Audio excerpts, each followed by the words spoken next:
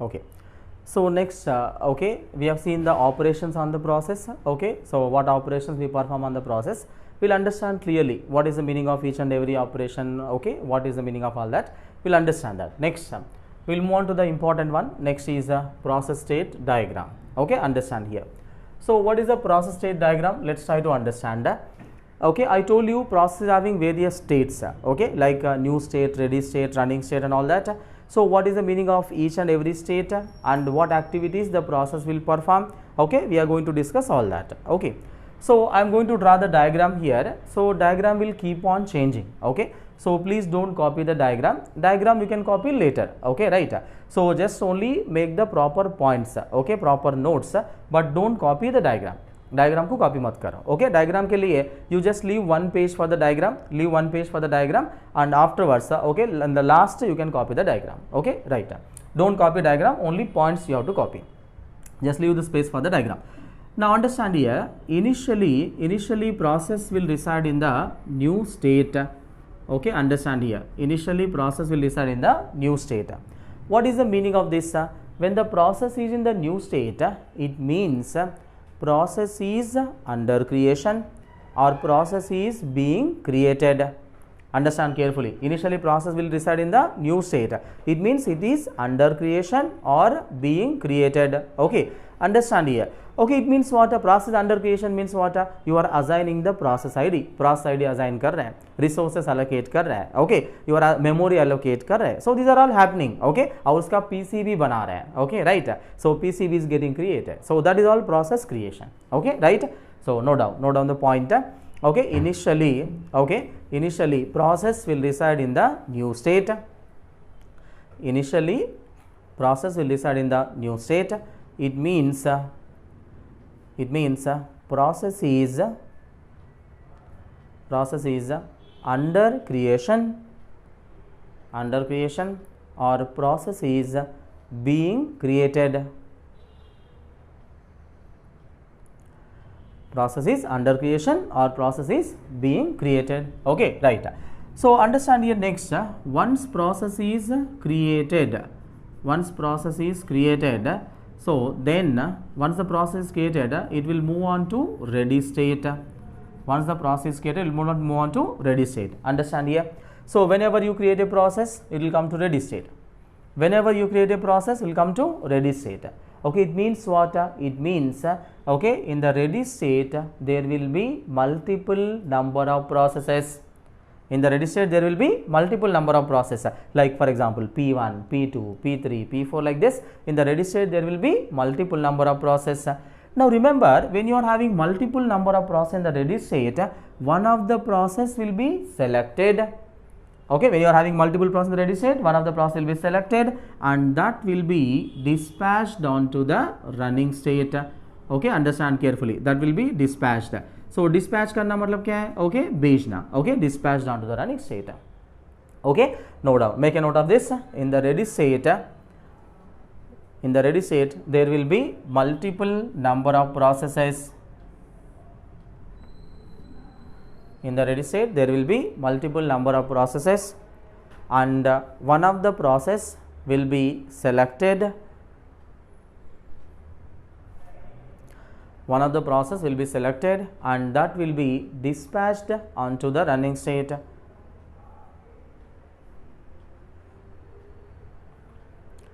That will be dispatched onto the running state. Okay, right. So in the ready state there will be multiple number of process, one of the process will be selected and that will be dispatched onto running state. Remember next important point. Okay, when the process is in the running state, okay, what is that means? When the process in the running state, it is occupied the CPU. Okay, first listen carefully. It is occupied the CPU and executing the instructions of the process and performing CPU time. Is that clear? Now understand here, I told you two different things. In the previous session, I told you if you want to complete any job, okay, that requires two different times. One is the CPU time and next is what? IO time. In the CPU time, what happens? It will execute instructions on the processor. In the IO time, what it will do? It will perform input-output operation, like a scanf statement is there. You are reading any file from the hard disk. You are printing any document. That is all what? IO operation. Is that clear? Right. So understand here. Okay. In the process in the running state, note down the point. When the process is in the running state, it is occupied the CPU, and executing the instructions of the process,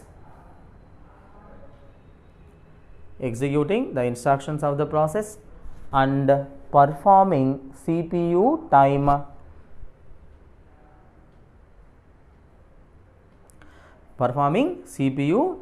Is that clear? And next important point, listen here. In the running state, there will be only one process at any point of time. In the running state, there will be only one process at any point of time. It means on the CPU you will have only one process. At any point of time in the running state you will have only one process. Remember, in the ready state there will be what? Multiple number of processes. Okay, but in the running state you will have only one process. Is that clear? That you should remember. Okay. And next point, okay, continuation, just listen here. When the process in the running state is performing what? CPU time. Okay, when it is executing instructions, okay, CPU instructions चला रहा है, like I1 execute हो गया, I2 execute हो गया, I3 execute हो गया. Next, if the running process requires any IO operation, let's say IO request, if the running process requires any IO operation, then it will move on to wait or block state. Okay, wait or block state. If the running process requires IO operation, then it will move on to what? Wait or block state. Okay, understand carefully. Okay, so it means what? Okay, कोई अब process execute कर रहा है, next आपका suddenly scanf statement आ गया, तो क्या होगा? It will come from running state to what? Wait state. Is that clear? So in the wait state, what the process will do? It will perform what? IO operation. Is that clear? So if the running process requires IO operation, will come to wait or block state. In the wait state, the process will perform IO operation. Listen carefully. If the running process requires IO operation, the answer is no. If the running process requires IO operation, will come to wait state. And suddenly you schedule another process. If that also requires IO operation, will come to wait state. Okay, next you schedule another process. If that also requires IO operation, will come to wait state. इसका मतलब क्या हुआ? It means in the wait state also there can be multiple number of processes.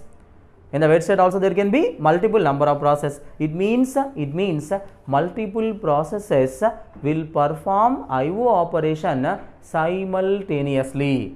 Multiple process will perform IO operation simultaneously. We are going to assume that every process will have its own IO resource. Like for example, okay, one process requires printer, one processor requires scanner, other processor requires for example some other device. Okay, so in that case no problem. Okay, वो printer पे चल रहा है, ये scanner पे चल रहा है, एक दूसरा speaker के ऊपर चला रहा है, एक monitor के ऊपर चल रहा है, so no problem. Okay, remember while solving the problems also we assume this okay condition. We assume that every process will have its own IO resource. इसका मतलब क्या है? Multiple processes will perform IO operation simultaneously. इसका मतलब parallelly, concurrently. Okay, एक साथ में कर सकते हैं.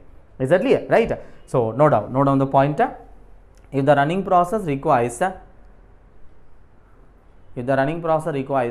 IO operation,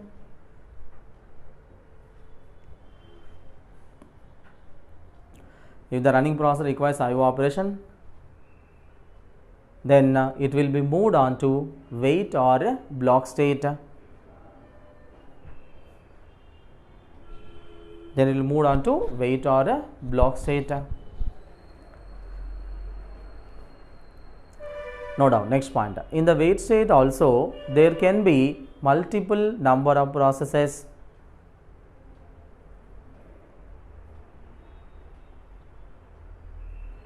In the wait state also there can be multiple number of processes. It means multiple processes will perform IO operation simultaneously. Multiple process will perform IO operation simultaneously, or you say parallelly, concurrently. Okay, सबका मतलब same है. Okay, right. So make a proper notes. Okay, only thing is just like you are sitting in a classroom. Okay, that is the reason I am dictating all the points properly. Okay, so listen and make a proper notes. Okay, just like you are sitting in the classroom. Only difference is आप लोग मेरे को देख सकते हैं, मैं आपको नहीं देख सकता हूँ. That is the only difference. Okay, fine. So now understand here. Okay, so in the wait state there can be multiple number of processes. Okay, so in the wait state what the process will do? It will perform IO operation. So once it is completing IO operation, then the process will move on to what? Ready state. Okay. So once IO operation is completed, so it will move to what? Ready state here. Okay. So it will perform IO operation here. Once IO operation is completed, then the process will go to what? Ready state. Now the small question, once IO is completed, why the process is not going to running state here? Because in the running state there may be already some other process running. Exactly. In the running state already there may be some other process running here. So that is the reason it will not go to running state. So it will go to what? Ready state only. Right. Now understand here. So I am repeating, initially process in the new state. Once it is created, it will come to ready state. In the ready state there will be multiple number of process. One of the process will be selected and that will be dispatched down to what? Running state. So in the running state, it is executing instructions on the process. Remember, instruction of the process. Once the process is completed the execution, listen carefully. Once the process is completed the execution, then it will go to what? Termination state. Okay, it will go to termination state. Okay, termination state. So once the process is completed the execution, it will go to termination state. Okay, right. Now understand here, no need to write that point, easy point hai, so likhne ki zarurat nahi hai. So once the process is completed execution, it will go to termination state. Okay, so right, it's not looking good. Okay, so it will go to termination state. Right. So next, now understand important point here. Now in the previous session, okay, in the previous session, I told you clearly what is multi-programming and what is multitasking. Now remember, I told you that I will show you the clear-cut difference, what is multi-programming and multitasking. Now listen carefully, okay, what is multi-programming and multitasking. Don't copy this diagram, diagram को copy मत करो, just copy what I am writing here. So यहाँ पे मैं जो लिख रहा हूँ इसको copy करो. Multi-programming, okay, copy this. Continuation में लिखो, continuation में just copy this. Diagram copy मत करो, okay, just copy only this.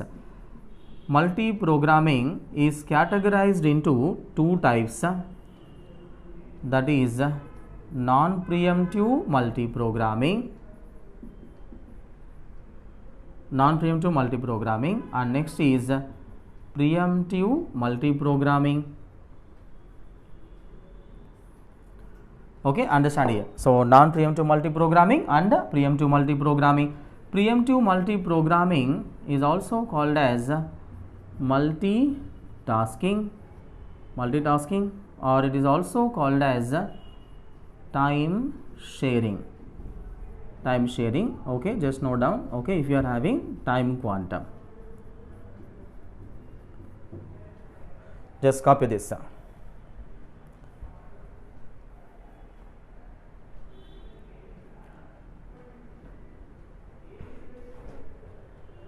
Okay, right. So multi-programming, okay, listen carefully. Multi-programming is categorized into what? Two types, non-preemptive multi-programming and next preemptive multi-programming. So preemptive multi-programming is also called as what? Multitasking, and it is also called as what? Time sharing, if you are using the time quantum. Okay, इसका मतलब क्या होता है? What is the meaning of all this? I will explain in detail. Just listen carefully.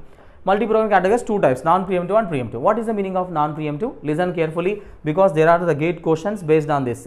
Exactly after completing this session, there is a, okay, last year gate 2020, there is a gate question, okay, based on this. You can directly solve after attending this class. You can directly solve the gate question. So listen carefully. Now when the process is in the running state, just listen carefully. When the process in the running state, okay, if the running process requires IO operation, will go to wait state here. If the running process is completed the execution, it is going to what? Termination state. It means what? These two transitions, listen carefully, these two transitions are occurring according to process own wish, according to process own willing. We are not forcefully disturbing the running process. Running process को अपन disturb नहीं कर रहा है. अगर running process requires IO operation, it will coming to wait state. If the running process is completing the execution, it is going to what? Termination state. So these two transitions are occurring according to process own wish. We are not disturbing the running process. It means this is the process state diagram for what? Non-preemptive multi-programming. Non preemptive multi programming, running process को अपन disturb नहीं कर रहे, running process को प्रिएम्प्ट नहीं कर रहे. So this is the process diagram for what? Non preemptive multi programming. So what is the meaning of preemptive multi-programming? Listen carefully. Preemptive means we are forcefully going to preempt, disturb the running process. Now look at here, process in the running state here. Now I am forcefully preempting the running process. I am having this arrow mark here. When the process in the running state here, I am forcefully preempting the running process. So why I am going to preempt like this? Okay, how I am going to preempt? Why I am going to preempt that, like that? Listen here. Based on the priority of the process. The first criteria why you preempt based on the priority of the process. इसका मतलब क्या होता है? It means let us say in the running state you are having low priority process. Let's say process PL, low priority process.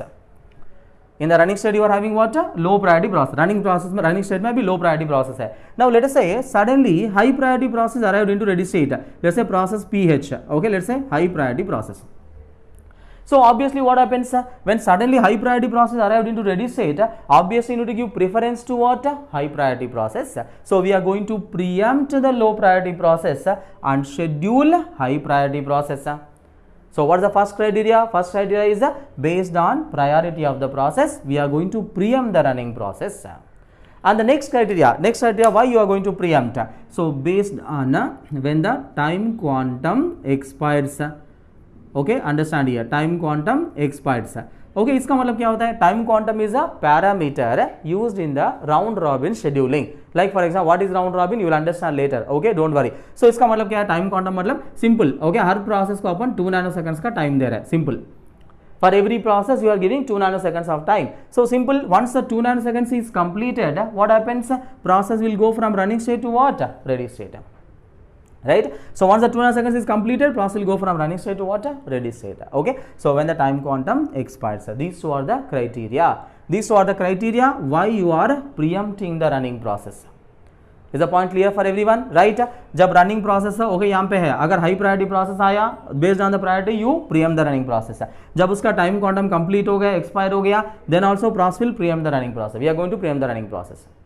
Right. So remember, if you are having this arrow mark, अगर ये arrow mark है, so that is called as what? That is called as a preemptive multi-programming. Is the point clear? If you are having this arrow mark, that is called as a preemptive multi-programming. Remember, it is also called as what? Multitasking. It is also called as multitasking. And remember, it is also called as what? Time sharing. If you are using the time quantum. अगर आप time quantum use कर रहे हैं, okay, that is also called as what? Time sharing operating system. It is also called as what? Multitasking operating system. And it is also called as a preemptive operating system. You are following preemptive scheduling in the operating system. Okay, now understand here. Okay, don't worry, all the points will be clarified. Just follow my class. Everything you will understand. Okay, आपको क्या doubt आता है, कहाँ पे आता है, किस लिए आता है, क्यों आता है, सब पता है. Okay, just follow the class. That's all. Now listen here. I told you in the yesterday class, multitasking के लिए what I said in the multitasking I told 2 points in the previous session. Multitasking में आपको ये बताया. Okay, multitasking is it's an extension of multi programming. And next I said the jobs will be executed in the time sharing mode. Time sharing mode. It means what? Look at here. You can imagine that. Listen here. In the running ready state, you are having multiple jobs. You are having your Gmail program. You are having some movie running. You are having some song. What happens here? You schedule your Gmail, execute 2 nanoseconds and preempt. You schedule your movie, execute 2 nanoseconds and preempt. You schedule your C language program, execute 2 nanoseconds and preempt. So like this, multiple jobs will be sharing the CPU in the time sharing mode. So that is called as what? Multitasking. That's called as what? Multitasking. Now remember, the answers no, listen carefully. If you don't have this arrow mark, listen carefully. अगर ये arrow mark नहीं है, that is called as what? Non-preemptive multi-programming. If you don't have this arrow mark, that is called as a non-preemptive multi-programming. If you are having this arrow mark, that is called as a preemptive multi-programming. If you are having this arrow mark, that is called as a preemptive multi-programming. Remember, preemptive multi-programming is also called as what? Multitasking, and is also called as what? Time sharing. अगर आप time quantum से आप चला रहे, so it is also called as what? Time sharing. Now, what is the difference? Okay, आपको clearly कोई college में आपको confuse करते हैं. Okay, generally your faculty will confuse in Viva. Okay, some small questions. What is multitasking? What is multi-programming? So simple difference. Listen carefully. All multitasking is indirectly multi-programming only. all multitasking is indirectly multi-programming only, but not all multi-programming is multitasking. It means what? Preemptive multi-programming is only called as what? Multitasking. I am repeating the point. All multitasking is indirectly multi-programming only, but not all multi-programming is multitasking. Preemptive multi-programming is called as what? Multitasking. Now let's say I want to draw the Venn diagram. Okay, now think and tell me. Let's say I want to draw the Venn diagram here. आप multitasking कहाँ पे लिखते हैं, multi programming कहाँ पे लिखते हैं? Okay right, what I said, all multitasking is indirectly multi programming only, but not all multi programming is multitasking. So अंदर क्या लिखना चाहिए? Multitasking. Okay, so I am writing here, so inside this multitasking and here multi-programming. Okay, copy this also. This is multi-program. Copy this.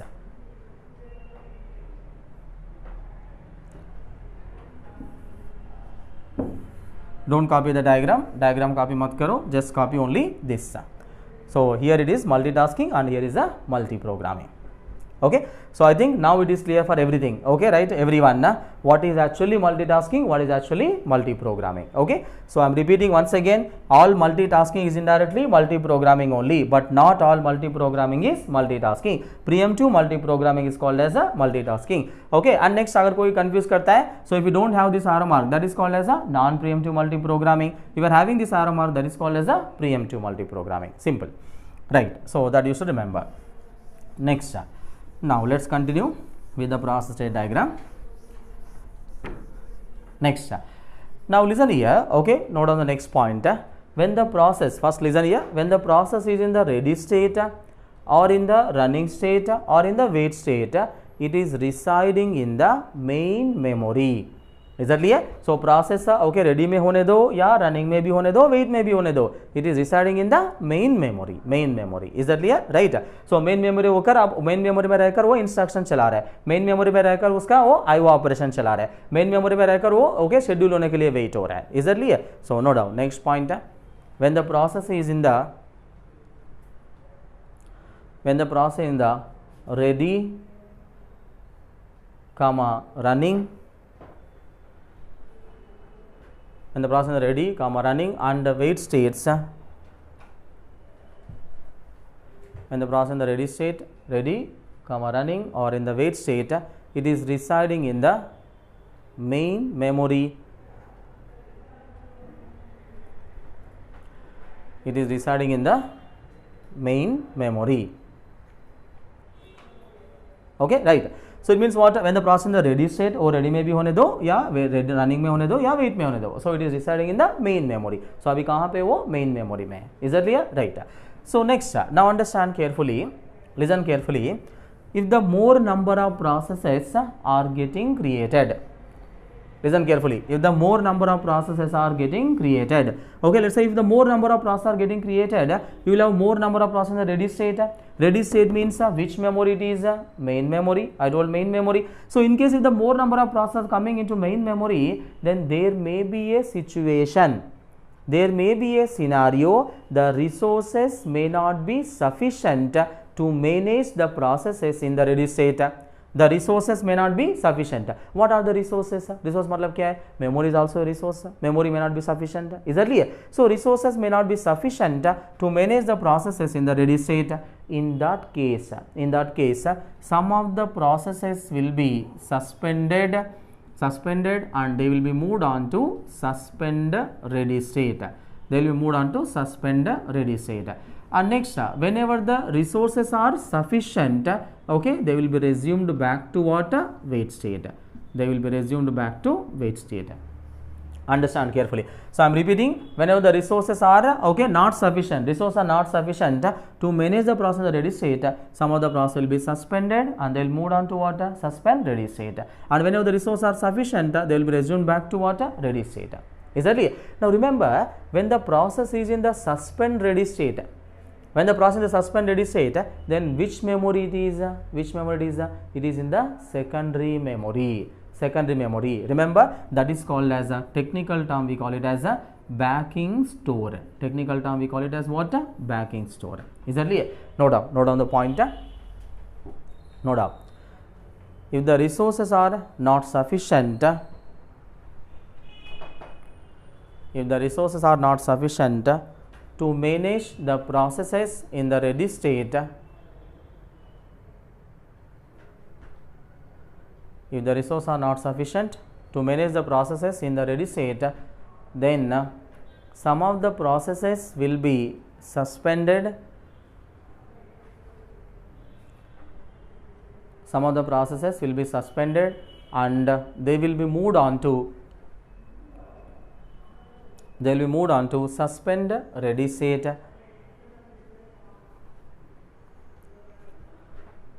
They will be moved on to suspend ready state.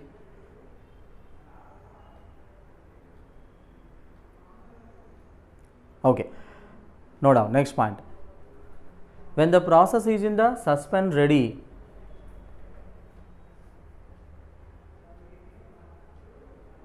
when the process is in the suspend ready, then it is residing in the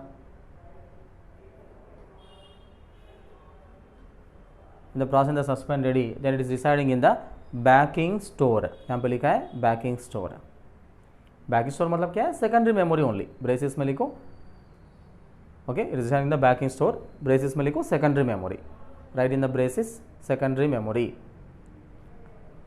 Okay, right. So just a technical term. Okay, technical term. Right.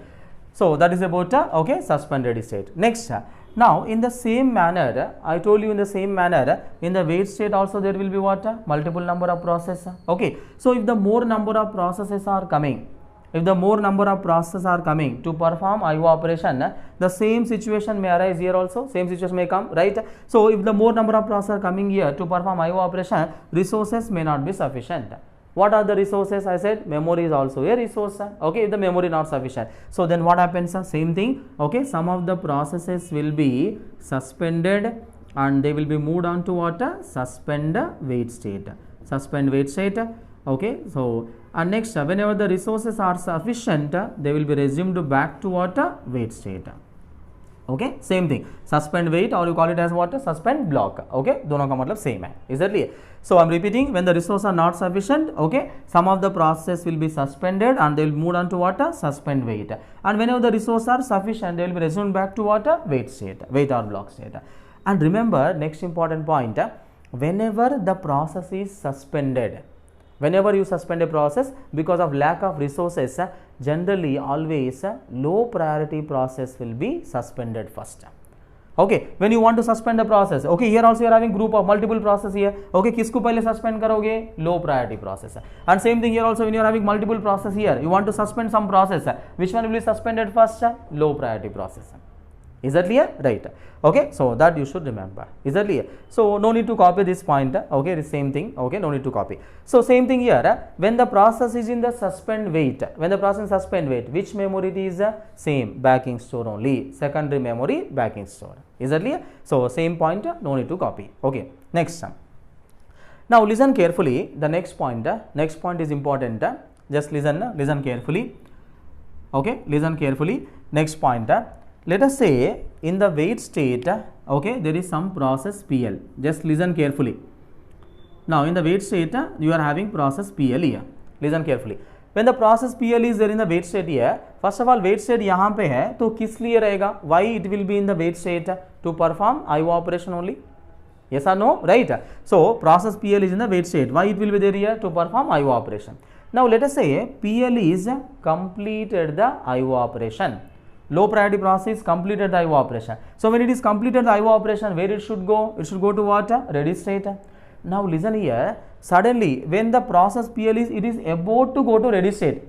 It is about to go to ready state, but suddenly high priority process is okay arrived okay from running state to wait state. Okay, just imagine the situation. Imagine the situation. Low priority process is completed the IO operation. Okay, it is about to go to ready state, but suddenly high priority process is arrived into what? Wait state. Now, okay, by the time when the high priority process arrived into wait state here, assume that suddenly now the resources are not sufficient. Suddenly the resources are not sufficient. When the resources are not sufficient, what happens? You suspend the process. And which process you are going to suspend? Low priority process. Is that clear? But remember, when you suspend this low priority process, okay, when you are suspending this low priority process, you cannot keep the process PL here. You cannot keep the process PL here because PL is already completed IO operation. PL is already completed what? IO operation. It's a specific case. Okay, यहाँ पे किसको रख सकते हैं? यहाँ पे किसको रख सकते हैं? जिसका IO complete नहीं हुआ और फिर भी suspend हुआ. मगर यहाँ पे PL का क्या हुआ? PL is already completed IO operation. It is about to go to ready state, but suddenly new process arrived here. Resources are not sufficient here, and suddenly you suspended the low priority process. But you cannot keep the low priority process here because it is already completed IO operation. So in that case, this low priority process will go from suspend wait to suspend ready state. Okay, that low priority process will go to suspend wait to what? Suspend ready state. Okay, now यहाँ पे क्या लिखना चाहिए बताओ? यहाँ पे क्या लिखना है? Process is completed IO operation,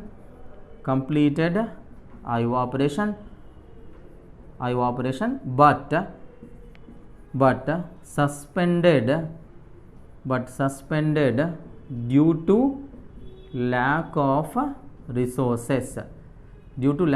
resources. Is that clear? Suspended because it is not having the proper resources, shortage of the resources. So in that case, okay, it will go from suspend wait to what? Suspend ready state.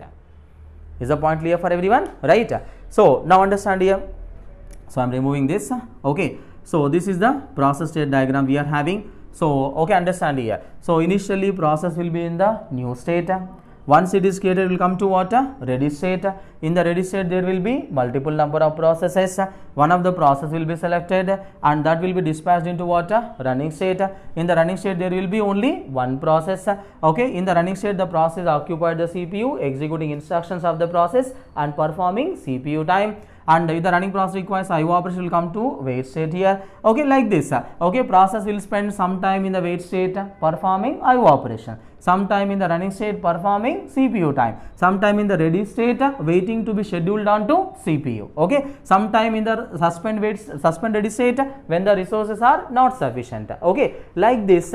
Okay, in the life cycle execution of the process will spend some time here, some time here, some time here, some time here, and finally when the process is completing all the instructions, then the process will go to what? Termination state. Is that clear? So that is the life cycle of a process. Is that clear? Right? So we'll continue with the next points later. So before that, you make a proper diagram. Okay, I think you have left the space for this. Make the proper diagram.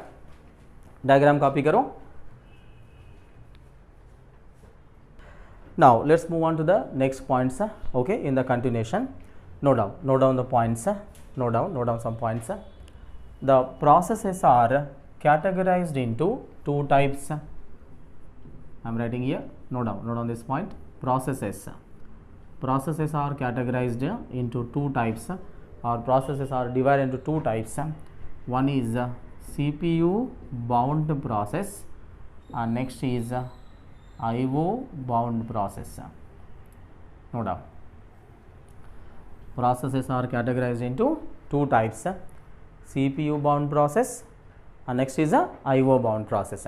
So what is the meaning of CPU bound and IO bound? Note down. First, keep the heading CPU bound process. Keep the heading CPU bound process. Note down. The processes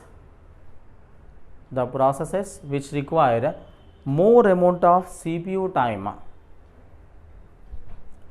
The processes which require more amount of CPU time are called as CPU bound process. Processes which require more amount of CPU time are called as a CPU bound process. Okay, understand here, it's a simple definition. Okay, because I want to use them going forward, so I am just giving the definitions. CPU bound process matlab kya hai? The process require more amount of CPU time. It means they are always busy performing CPU time. It means the CPU bound processes, tell me, CPU bound process will spend more time in which state? Running state. Is that clear? So these processes will spend more time in the running state. Note down. Next point, these processes these processes will spend more time in the running state. These processes will spend more time in the running state. Okay, right. Next, keep the heading IO bound process. IO bound process. Note down the processes which require more amount of IO time. The processes which require more amount of IO time are called as IO bound processes. The process which require more amount of IO time are called as the IO bound processes. Okay, so understand here. Okay, so the process require more amount of IO time. It means what? They are busy, always busy performing IO operation. Like for example, you are loading a very big file from main memory to secondary memory to main memory. So that is what IO bound process. Like you are loading 2 GB file from your secondary memory to main memory. That's a IO operation. Lot of IO operation is happening. So that is called as what? IO bound process. Okay, so these kind of processes will spend more time in which state? Wait or block state. Is that clear? So these processes will spend more time in the wait or block state. No doubt. These processes will spend more time in the wait or block state.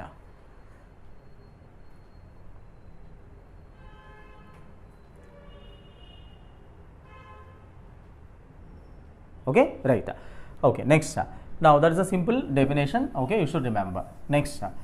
So keep the heading next, small one more definition, degree of multi-programming. Degree of multi-programming, small definition, no doubt, degree of multi-programming. No doubt, the number of processes present in the main memory. Number of processes present in the main memory at any point of time. Number of processes present in the main memory at any point of time is called as number of processes present in the main memory at any point of time is called as a degree of multi-programming.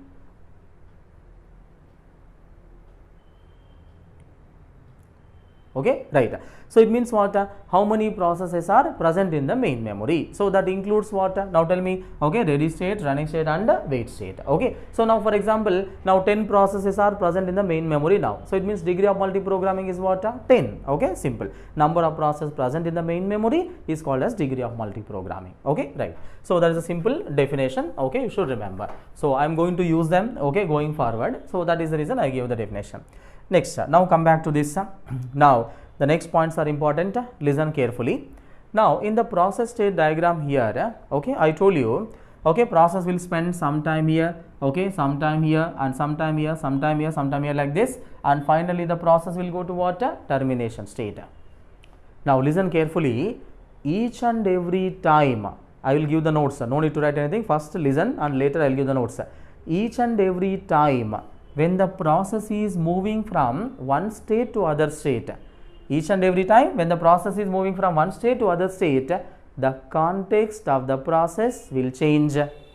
Context of the process will change. What is the meaning of context? I told you already. Context matlab kya hai? Attributes. Is that clear? Okay, what attributes will change? Look at here. When the process in the ready state, process state kya hoga? Ready. When the process in the running state, process state kya hoga? Running. When the process is coming into wait state, process state kya hoga? Wait. And when the process is going from running to ready state, okay, it will also update what? Program counter. Is that clear? See, remember, may not be all the attributes. Some of the attributes will change. Like for example, process ID rahega. Process ID will not change. Process ID will be same throughout the execution of the process. Is that clear? So process state may change. Is that clear? Some files used by the process may change, devices used by the process may change. Is that clear? Like next, process state will change and program counter will change. See, look, not all the attributes, some of the attributes will change. Is that clear? Remember, अगर एक attribute भी change हुआ, अपन change ही बोलते. Is that clear? Even if one attribute is changed, we say process context is changing. Is that clear? Listen the point. each and every time when the process is moving from one state to other state, the context of the process will change. Remember that is okay, context of the process will change. So that is means context switching will happen. I'll give the notes, just listen. Okay, each and every time when the process is moving from one state to other state, context of the process will change. It means context switching will happen. Remember, if the context of the process is more, if the context of the process is more, what does that mean? Context ज़्यादा है, तो इसका मतलब क्या है? Number of attributes ज़्यादा है, number of attributes ज़्यादा है. If the context of the process is more, the context switching time will also increase, which is undesirable.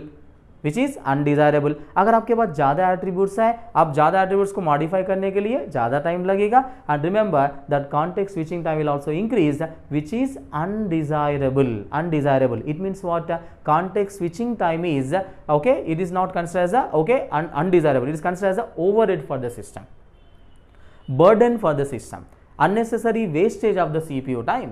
Okay, context system में क्या हो रहा है? पूरा एट्रीब्यूट्स को आपको अपडेट करना पड़ेगा. ओके, उसके लिए भी कुछ सीपीयू टाइम होगा, उसके लिए भी कुछ टाइम लगेगा, राइट? अगर आपके पास ज्यादा एट्रीब्यूट्स है तो context switching time will also take what? More time, which is undesirable. It means context switching time is considered as overhead for the system. Overhead मतलब क्या होता है? Overhead means what? Burden. Okay, burden for the system, unnecessary wastage of the CPU time. Is that clear? Make a note of this point. Each and every time when the process is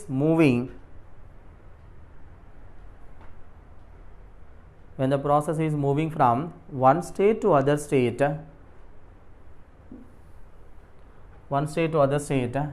the context of the process will change.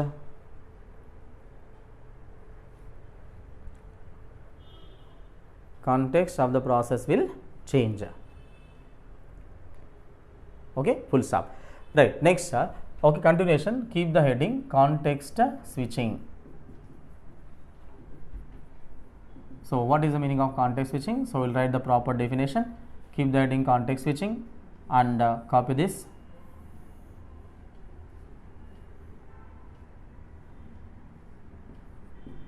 Process P1, process P2 here.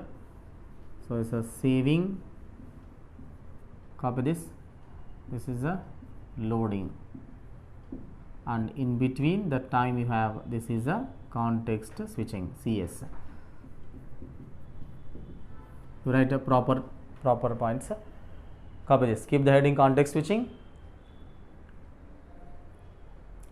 I'll give the definition, keep the heading context switching, copy this, P1 here, P2 here, saving, okay, this is loading, and in between time is what? This is a time for context switching. आप पूरा लिखो, CS मत लिखो, lazy fellows, पूरा लिखो. Right, now understand here. Okay, so note down the definition. Next इसके नीचे लिखो, saving the context of one process,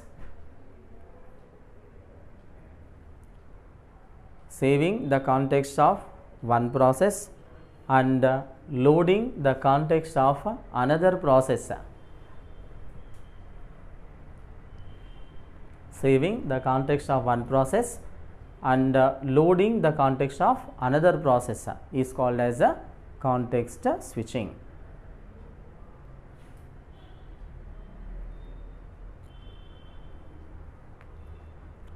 Is called as a context switching. Okay, right. Now understand here what is the meaning of this. Let's try to understand clearly. Saving the context of one process, loading the context of another process. That time in between जो time रहेगा, that time is called as what? Context switching. What is the meaning of that? Listen carefully. Let us say process P1 is in the running state here, and the process P2 is in the ready state here. Listen carefully. Context, okay, sorry, process P1 in the running state, your P2 is in the ready state here. Now let us say you are executing round robin, okay, with the time quantum 2 nanoseconds of time. So now once the 2 nanoseconds is completed, what happens here? Once 2 nanoseconds is completed, process P1 will go from running state to ready state, and P2 will go from, let's say you are scheduling this process, and P2 is going from ready state to what? Running state. So what is happening here? Okay, listen carefully. Okay, P1 is going from running to ready. Look at here, P1 is going from running to ready, and P2 is going from what? Ready to running. Okay, this is what is happening. Okay, इसका time quantum expire हो गया तो ये इधर से इधर आ रहा है. ओके, ये शेड्यूल हो रहा है तो इसका मतलब ये इधर से इधर आ रहा है. So this is what is happening here. So P1 is going from here to here and P2 is going from here to here. So that time is called as what, context switching. Okay, वो time पे आपको क्या करना चाहिए, what you have to do is you need to save the context of the P1 का context को save करना है. You have to save the context of the P1 and you need to load the context of the P2. Now what you are going to save, what you are going to load? Simple, I told you clearly, just listen carefully. Now P1 is having some set of instructions here. Okay, process P1 is having some set of instructions, I1, I2, okay, I3 and I4. Every instruction is having its own address. Okay, listen here. So 10, 20, 30, okay, like this. Now P1 is executed how much time here? 2 nanoseconds. In the 2 nanoseconds of time, same thing, there is no guarantee that it should complete all these instructions. Now let's say it is executed only 2 instructions. After 2 instructions, okay, now P1 time quantum expired. So obviously आपको important attribute क्या save करना है? Important attribute you have to save what? Program counter. So program counter has to be saved with the address of the next instruction to be executed. What's the address of the next instruction to be executed? That is 30. So ये program counter save करना है. कहाँ पे save करना है? PCB में save करना है. Is that clear? Every process will have its own PCB. हर एक प्रोसेस का अपना अपना पीसीबी रहेगा, right. So you have to update the program counter with the address of the next instruction to be executed. So you need to save the context of the P1 in the PCB and you need to load the context of the P2 from the PCB. Okay, P2 का program counter में जो address है, P2 का program counter में जो address है, that will be loaded onto what? CPU. Is that clear? So CPU will start executing from that instruction. Is that clear? So into save the context of the P1. Save the context of the P1 into PCB and load the context of the P2 from the PCB. Is that clear? Onto the CPU. Is that clear? So that time is called as what? Context switching. And remember, if the context of the process is more, इसका मतलब क्या होता है? You are defining so many attributes for the process. Unnecessarily बहुत सारे फालतू attributes जिसे define किया तो क्या होगा? You need to update all the attributes. Okay, you need to modify all the attributes in the PCB. Obviously, it will take what? More amount of time. So it means you need to define the attributes of the process. Okay, very carefully. Unnecessary attributes you should not keep in the PCB. You should not define for the process as unnecessary attribute. Whatever is required, so you have to maintain only that attributes. Is that clear? So next point, okay, if the context of the process is more, then context switching time will also increase, which is undesirable. Undesirable means what? Context switching time is considered as a overhead for the system, burden for the system, unnecessary wastage of the CPU time. Is that clear? Right. Note down the next point. If the context of the process is more, if the context of the process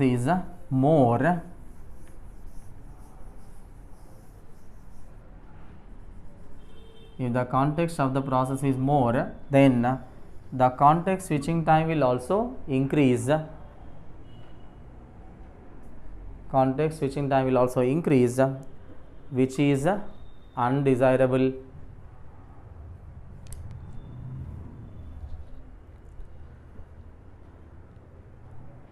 Context switching time will also increase, which is undesirable. Note down next point. Context switching time is context switching time is considered as overhead for the system.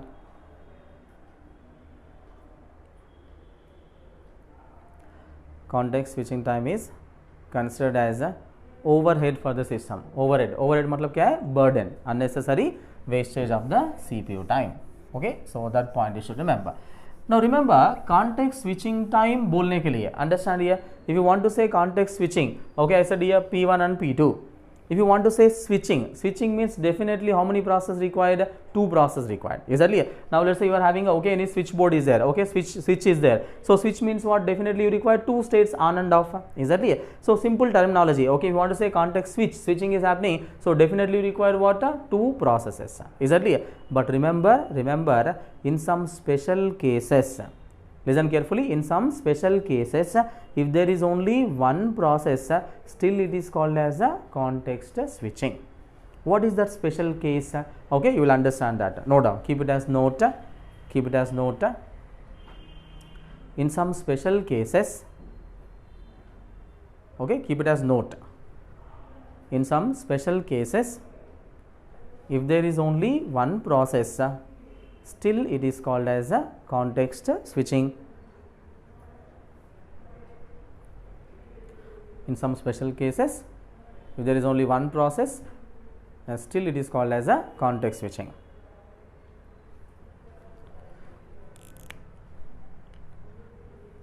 Okay, so what is that special case? Okay, note down. Just example you can take a round robin scheduling.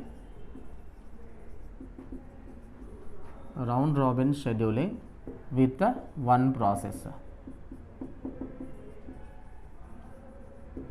Round robin scheduling with the one process. Okay, right.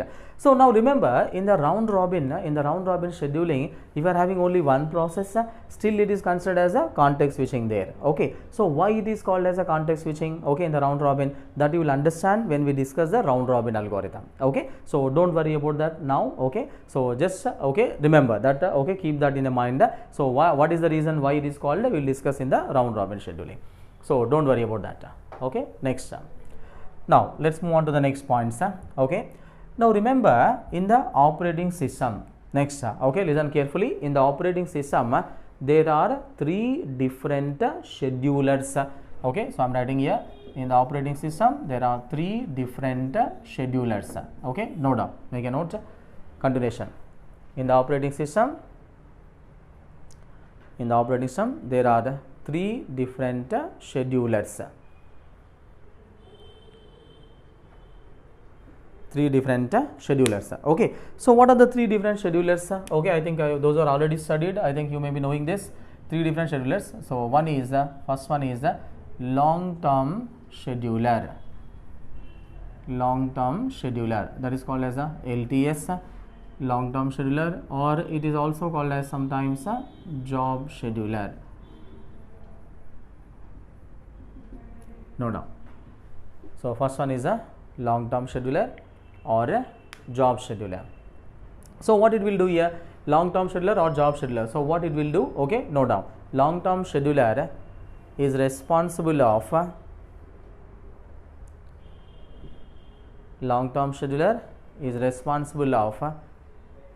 creating and bringing the new process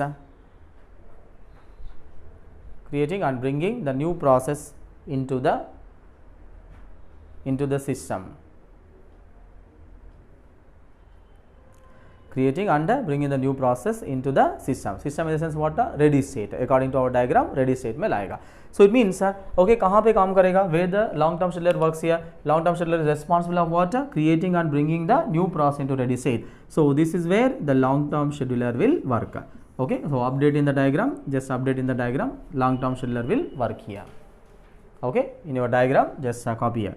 So long-term scheduler is responsible of creating and bringing new process into the ready state. So next, the next one we have is a short-term scheduler.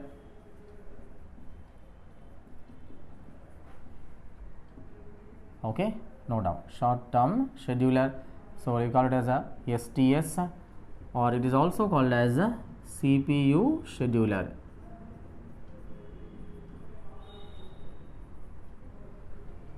Short-term scheduler, STS, or a CPU scheduler. Okay, now understand here. So this is a short-term scheduler. So what is the meaning of short-term scheduler? What is the responsibility of this? Okay, note down. Next, continuation लिखो. Short-term scheduler is responsible of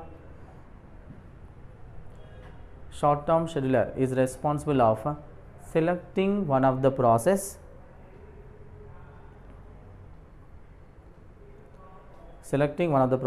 in the ready state,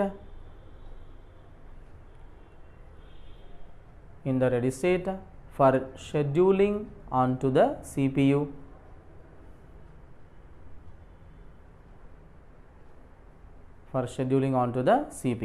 Okay, braces में लिखो. CPU in the sense what? Running state. Braces में लिखो running state. Okay. So understand here. So short term scheduler is it's also called as what? CPU scheduler. Okay. So short term scheduler is responsible of what? Selecting one of the process in the ready state.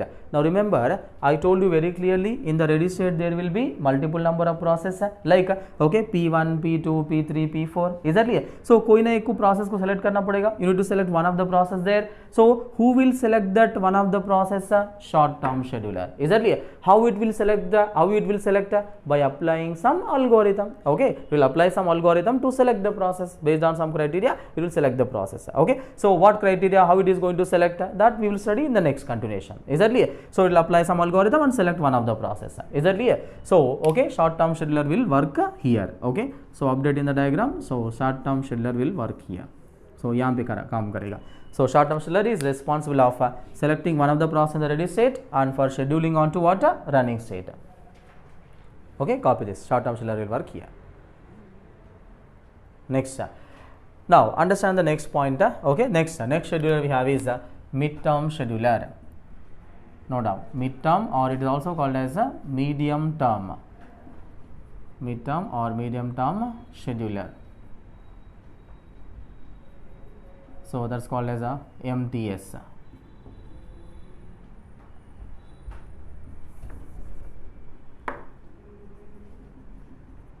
Okay, midterm scheduler or medium term scheduler. Okay, so what is the responsibility of this? Listen here. Okay, no doubt, midterm scheduler is responsible of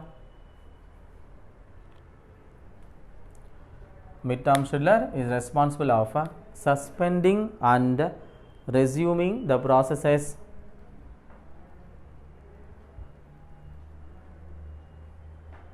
midterm scheduler is responsible of suspending and resuming the processes. Okay, so it is the responsible of suspending and resuming the process. So where you are suspending and resuming here? Okay, in our diagram. So here, okay, look at here, suspending and resuming. So this is done by what? Okay, who will do this? Midterm scheduler. And here also देखो यहाँ पे भी suspending and resuming here. So this is also done by what? Midterm scheduler. Update the diagram here. Midterm scheduler works here and midterm scheduler works here.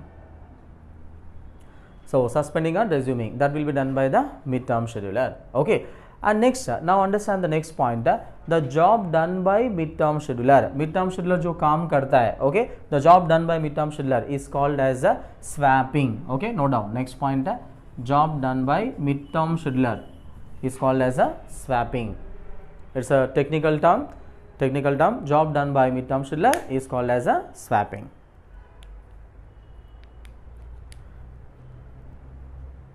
Is called as swapping. Okay, so why it is called as swapping? Okay, why it is called swapping? Listen here, it is swapping the process from your main memory to secondary memory and secondary memory to what? Main memory. Is that clear? So here also same here, it is swapping the process from main memory to secondary and secondary to main memory. So that is the reason job done by midterm scheduler is called as what? Swapping. Okay. Now remember, next important point, we are having the three different schedulers here, okay, in the operating system: long term scheduler, short term scheduler, mid term scheduler. What are these schedulers and all? What are these schedulers? Remember, these schedulers are also what? Processes only.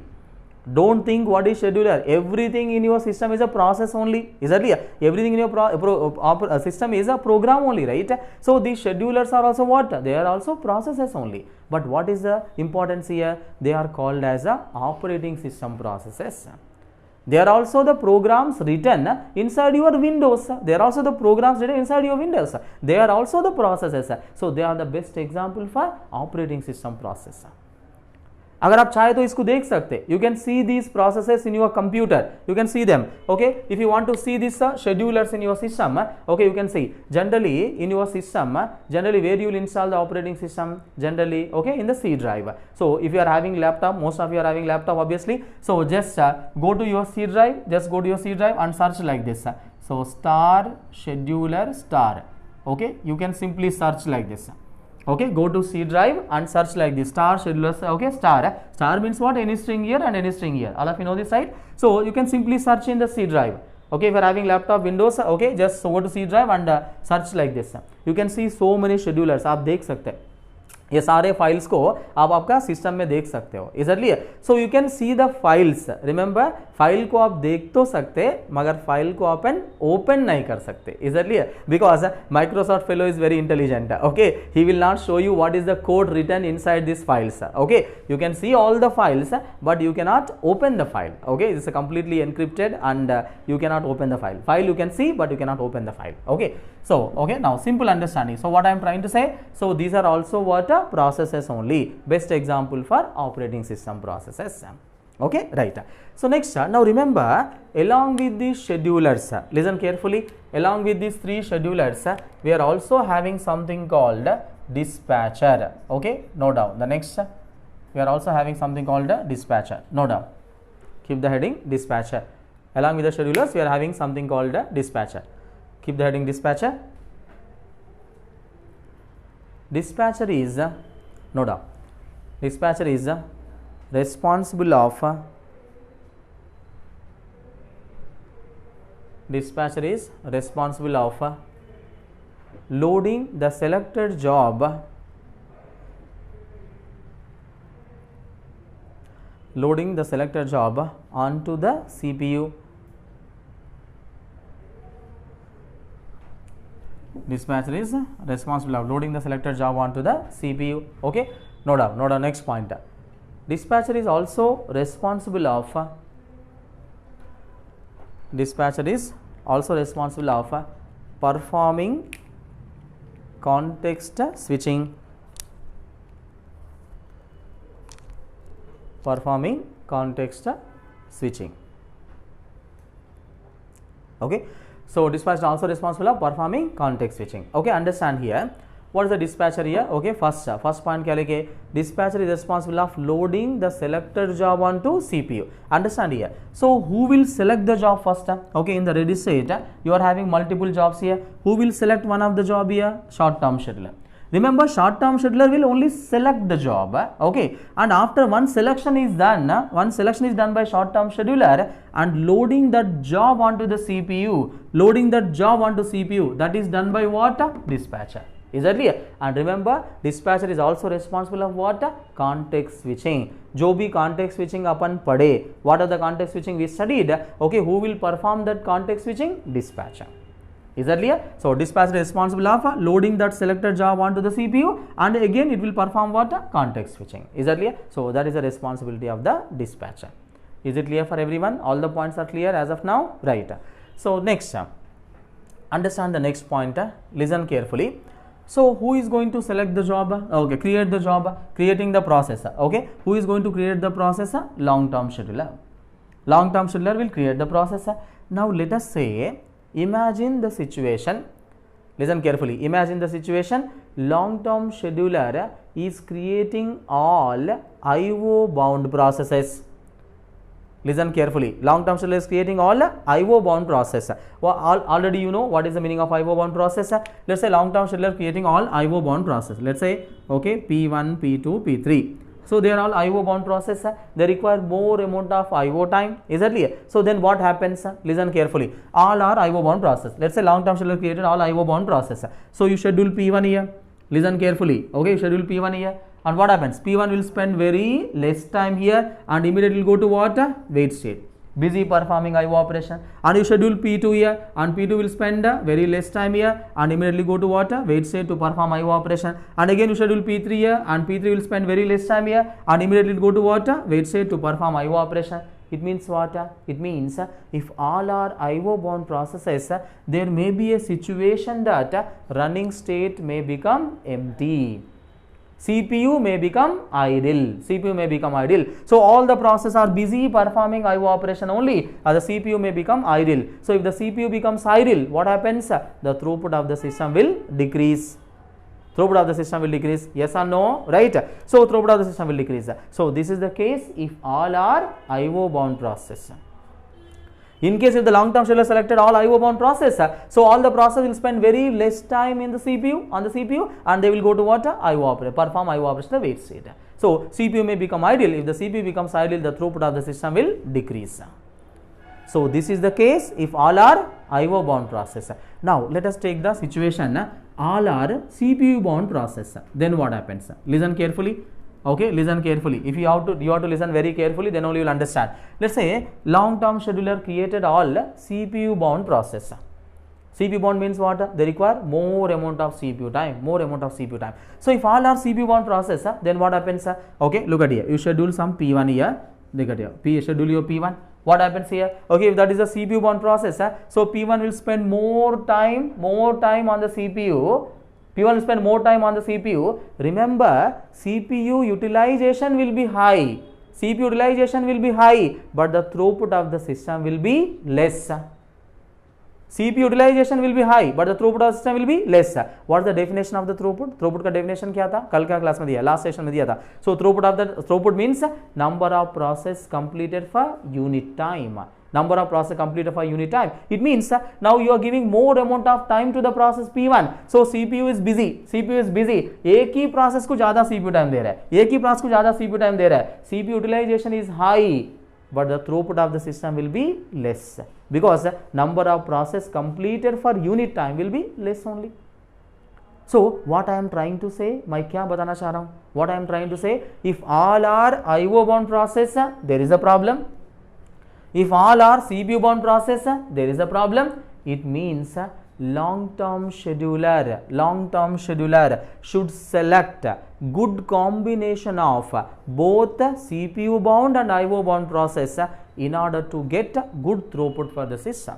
If you want a good throughput for the system, there should be a good combination, good mixture of both CPU bound and IO bound process, then only you will have a good throughput for the system.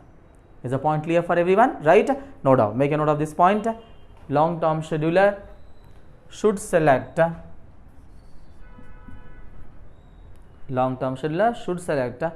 good combination of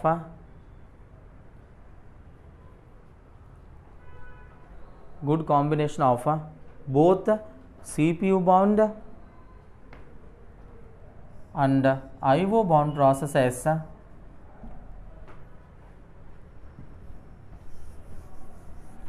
should select good combination of both CPU bound and IO bound processes in order to get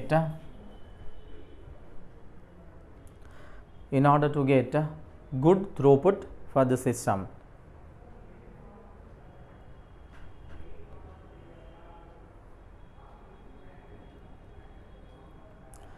Long-term scheduler should select good combination of both CPU bound and IO bound process in order to get good throughput for the system.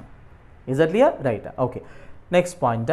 Now understand here. Next point is, let us say if the long-term scheduler, listen carefully, if the long-term scheduler is creating more number of process, then what happens? You will have more number of processes in the main memory. If the long-term scheduler is creating more number of process, you will have more number of process in the main memory. If the more number of process in the main memory, what happens? Degree of multi-programming will increase. I gave the definition already. Degree of multi-programming will increase. Degree of multi-programming मतलब क्या है? Number of process present in the main memory at any point of time. Is that clear? So if the long-term scheduler is creating more number of processes, okay, you will have more number of process in the main memory. Degree of multi-programming will increase. If the long-term scheduler is not creating any process, then you will have a less number of process in the main memory, then degree of multi-programming will decrease. It means what? Increasing the degree of multi-programming or decreasing the degree of multi-programming is in the hands of long-term scheduler. Is the point clear? Increasing the degree of multi-programming or decreasing the degree of multi-programming is in the hands of long-term scheduler. It means long-term scheduler controls degree of multi-programming. Long-term scheduler controls degree of multi-programming. Okay, note down this point. Long-term scheduler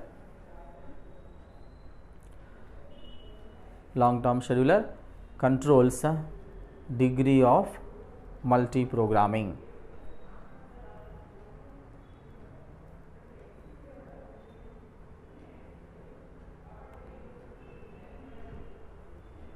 Controls degree of multi-programming. Okay, right. So that is okay, all important points okay, with respect to process state diagram. Okay, is that clear? Now hope all the points are clear to you, right? So that is about process state diagram. And next, general doubts. Okay, our students may have a small question here. Okay, right? Okay, small question, generally doubt, because we are dealing with so many students, okay, from so many last 10 years.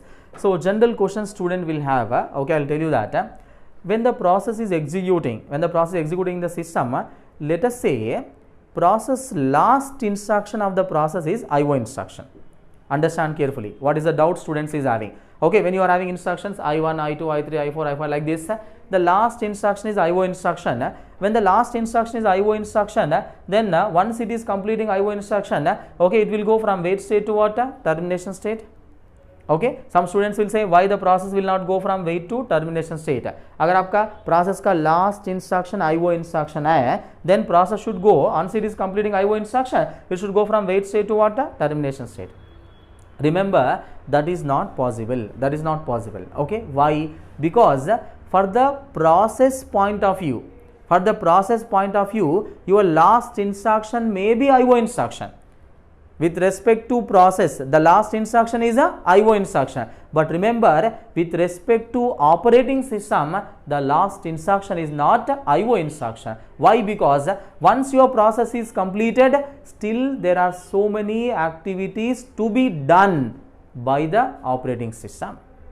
What activities to be done? Okay, listen here. Once all the instructions are completed, operating system will do resource deallocation. Operating system is required to do. And next, memory deallocation has to be done. And next, process ID has to be removed. You maintain complete process ID table. Okay, what are the process running in the system? Once process is completing, uska process ID to nikalna padega. Is that clear? That process ID will be removed. Is that clear? So there are so many other activities to be done by the operating system. Is that clear? So that is the reason it has to go through what? Running state only. With respect to process, IO instruction may be the last instruction, but with respect to operating system, IO instruction is not the last instruction. Is the point clear? Right?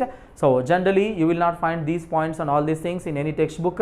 So that is the reason I said, okay, follow the class very carefully with utmost sincerity, dedication and all that. Is that clear? So my responsibility is to giving all the points. Your responsibility is solving your workbook and all previous gate questions. Important questions I will solve in the class, but most of the questions you have to solve by yourself. And you can comfortably solve after listening my class. Is that clear? Right. So that point you should remember. Next, so we'll take up some question, okay, so that you will understand how much you understood. Note down the question. Consider a system which has n CPU processors. I am writing here. Consider a system which has n CPU processors. Okay, don't confuse. यहाँ पे लिख रहा हूँ. Consider a system which has n CPU processors.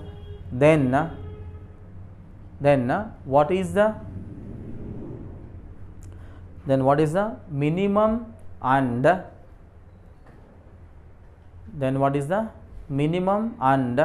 maximum number of processes?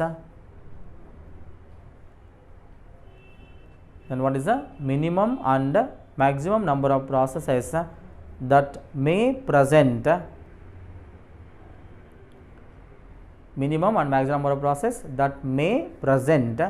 in the ready running and wait states. Running and in the wait state. Is that clear? So understand here. So you are having n CPU process. He is asking what is the minimum and maximum number of process in the ready, running and okay wait state. Okay, you can copy like this. So ready, running and block or wait. Okay, दोनों same है. Okay, just copy like this. Minimum and maximum.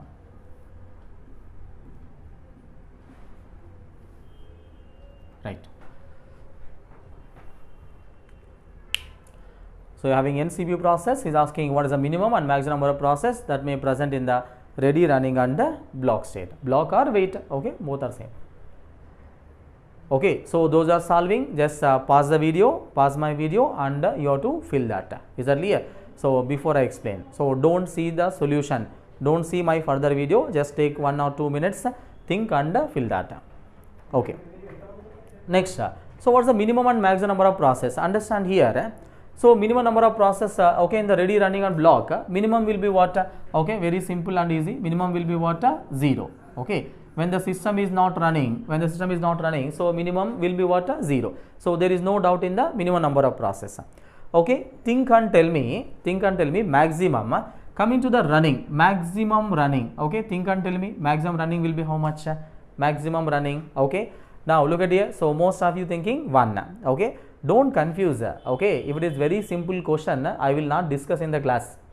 Okay, that also you should remember. I will not waste your valuable time. Okay, so think carefully. Read the question once again.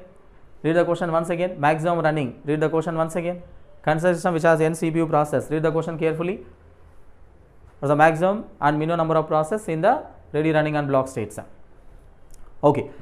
Now fine. So somebody got the idea. So listen here. So maximum running is not 1. Okay, 1 here. Maximum running will be what? N processes. Is that clear? So why? Okay, read the question properly. Why you confused? I told you very clearly what I said. In the running state, you will have only one process at any point of time. I told you very clearly. In the running state, you will have only one process. But what the question is saying? Question is saying system is having n CPU processors. You are having n CPU processors. इसका मतलब वो multi processor system है. एक ही system के अंदर n CPUs है. एक ही system के अंदर n CPUs है. n CPUs है तो ऑब्वियसली क्या होगा? n रनिंग स्टेट्स होगा. अगर n रनिंग स्टेट्स है तो maximum running will be how much? n. Yes or no? So don't confuse. Is that clear? So maximum running will be what? n. And next, maximum ready. Now think and tell me maximum ready will be how much? Do you have any value? So somebody thinking n square. Okay, somebody thinking n cube. Okay, right? Now understand here. So maximum ready, listen here, you don't have any specific value. So answer is any number of processes. Okay, any number of processes. Okay, what is the meaning of this any? Okay, later you can copy. Just listen to me. First, maximum ready will be what? Any number of process that any number okay, that depends on maximum degree of multi-programming in the system. Any depends on maximum degree of multi-programming in the system. It means what? That depends on the main memory of the system. Okay, it means अगर आपके पास 4 GB RAM है, you have 4 GB RAM, the value will change. If you are having 8 GB RAM, the value will change. That depends on maximum degree of multi-programming. You don't have any specific value. Is that clear? Next, now same thing, maximum block is also what? This is also what? Any number of process. Okay, that is also any number of process that any depends on maximum degree of multi-programming. मतलब main memory के ऊपर depend करेगा. Is that clear? So just copy this. Okay, यहाँ पे लिखो, नीचे clearly लिखो, any depends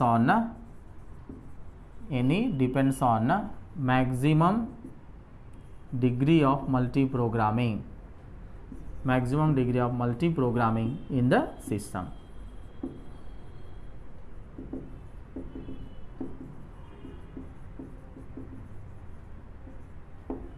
Maximum degree of multi-programming in the system.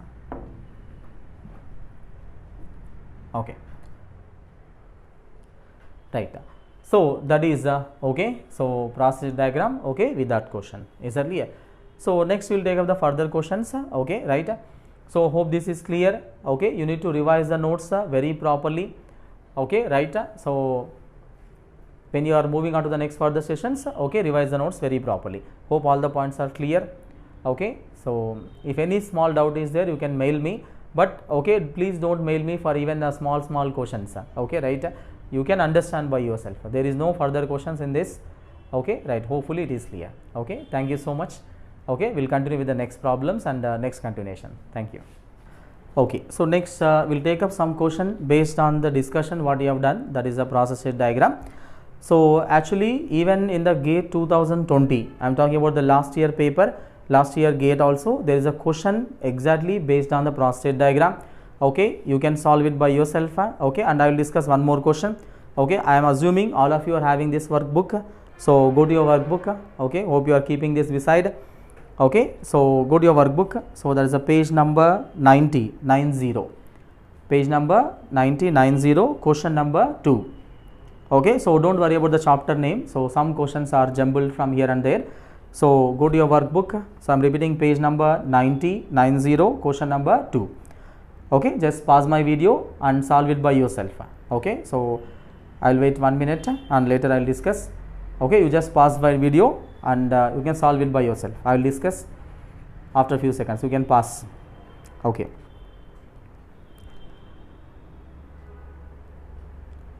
Question number 2, I said, right?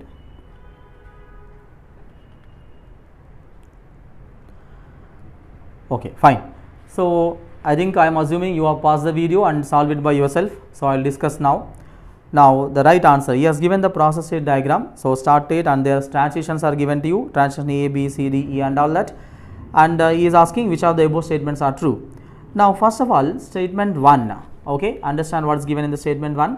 Statement 1 says, if a process makes a transition D, it would result in another process making a transition A immediately.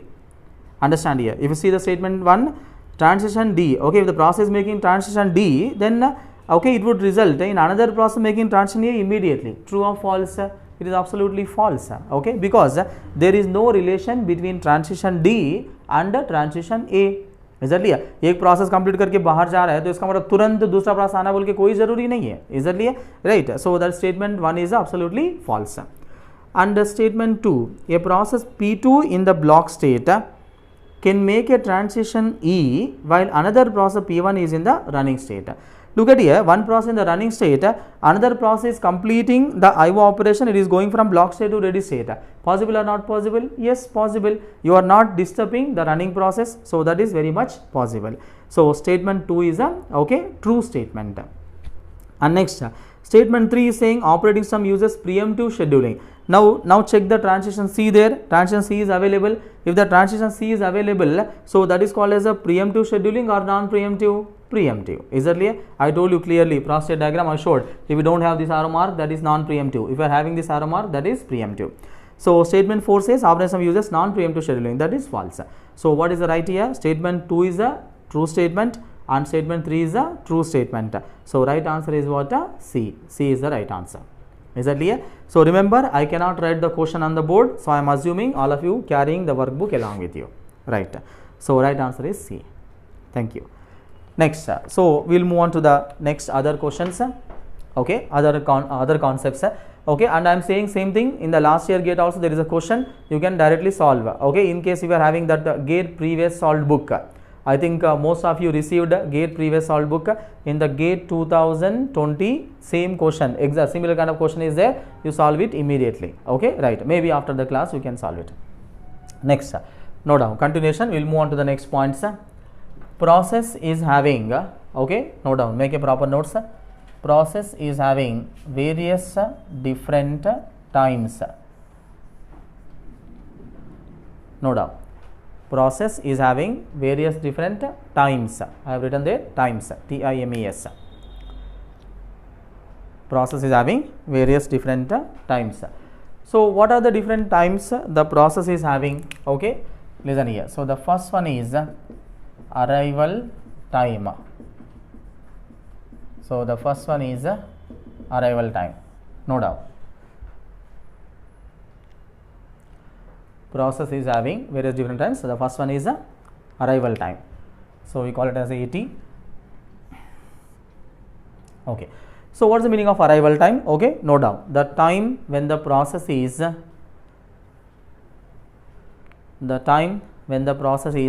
arrived into ready state. The time when the process is arrived into ready state is called as a arrival time of a process.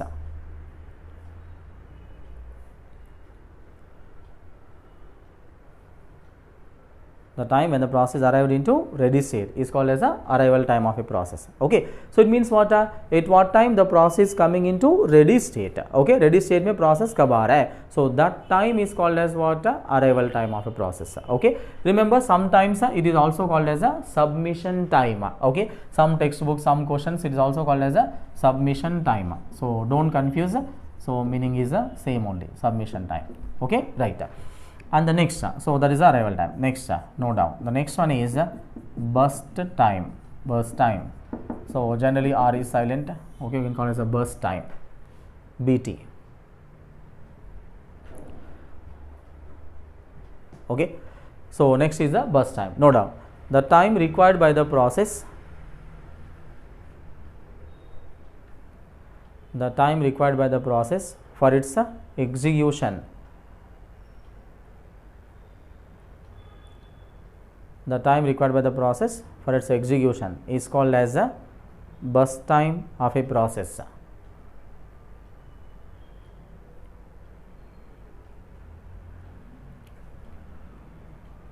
It's called as a burst time of a process. Okay, it means what? How much time it is required for its execution. Is that clear? So that time is called as what? Burst time. Listen properly. Everything follows a question. Is that clear? So you have to be very attentive. Okay, right. Now understand here, so time required to process for its execution. So process execution requires around 10 units of time. So that is a execution time required for the execution. That is called as a burst time. Okay, note down. The next is completion time. Completion time CT. So we call it as a completion time CT. Note down. The time when the process is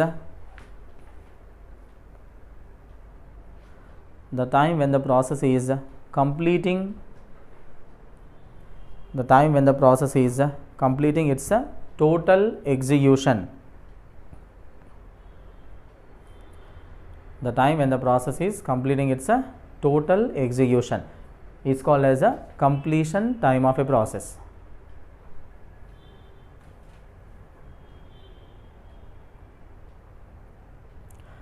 Is called as a completion time of a process. Okay, understand here. So what does that means? The time when the process is completing its total execution. क्या time पे process का पूरा execution complete हो रहा है. Okay, right. So that time is called as what? Completion time. Is that clear? Right. So note down. The next is turnaround time. Turnaround time. So that is the TAT. Turnaround time. Okay, so turnaround time means okay, no doubt, the time difference between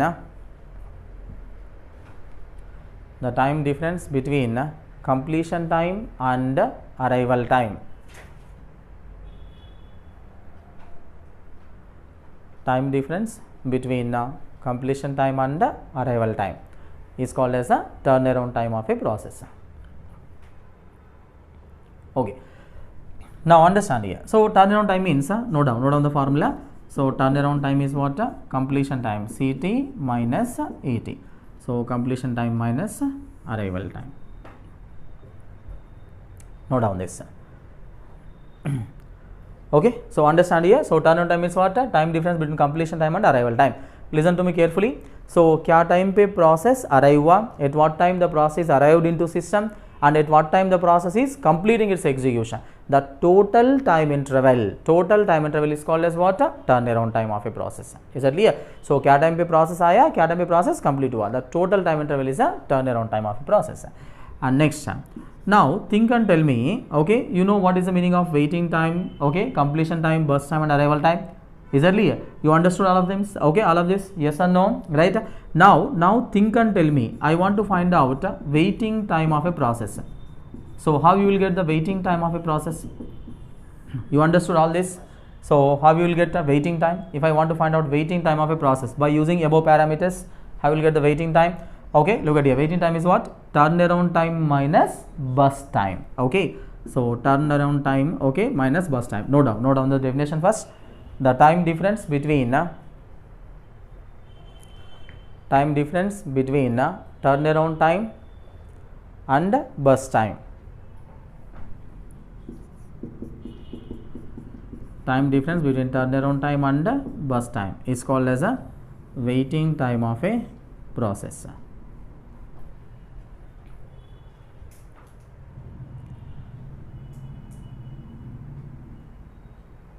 Okay. Now understand here. So turnaround time minus burst time. So if anybody is having doubt, just listen here. Okay, waiting time. If anybody is having doubt, I will explain. So you know what is the meaning of turnaround time? Turnaround time means what? Turnaround time means at what time the process arrived, at what time the process completed the execution. So in the total time interval, what is the useful time done by process? What is the useful time done by process? What? Burst time only. Is that clear? So if I remove that burst time, so remaining all will be what? Waiting time only. Is that clear? So at what time it is arrived, at what time it is completed, the total time interval, that is the turnaround time. In the total time interval, what is the useful time done by process? Burst time. So if I remove that burst time, so remaining all will be what? Waiting time only. Is that clear? So waiting time formula is what? Turnaround time minus burst time. Okay. So no doubt. The next is response time. Okay, response time. So that is a RT. Response time. Okay, no doubt. The time difference between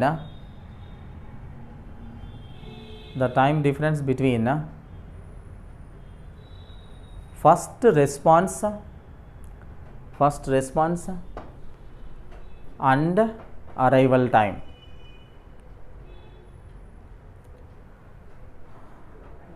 Time difference between first response and arrival time is called as a response time of a process. Okay, so don't worry about this. Okay, what is the purpose of this response time and what is the meaning of this and how you calculate? Don't worry. Okay, you will understand. अगर कोई doubt है तो उसको छोड़ दो. Okay, response time you will understand while solving the problems. Okay, when we are going to solve the problems, you will understand what is the meaning of this first response and all that. Okay, so don't worry about this. So just अगर इसको समझ में नहीं आया तो छोड़ दो. So response time छोड़ के बाकी सभी clear है सबको, right? Okay, fine. So these are the various different times the process is having. So going forward, we are going to make use of all these different times. Is that clear? Right. So that is about various different times the process is having.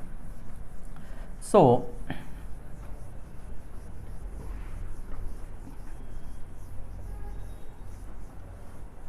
okay. So with this we have completed the first topic, that is the process concept. Okay, understand here. In the process concept, we have studied clearly what is the definition of the process and process state diagram, with all the attributes and all that, and with all the operations, and next we have seen various different times the process is having. Okay, so next in the continuation we will move on to the next topic, that is the CPU scheduling. No doubt, keep the heading CPU scheduling.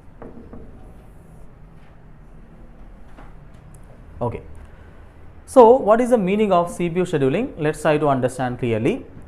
So we have seen the process state diagram. Let us say we are having the ready state here. Okay, we are having running state here. Right.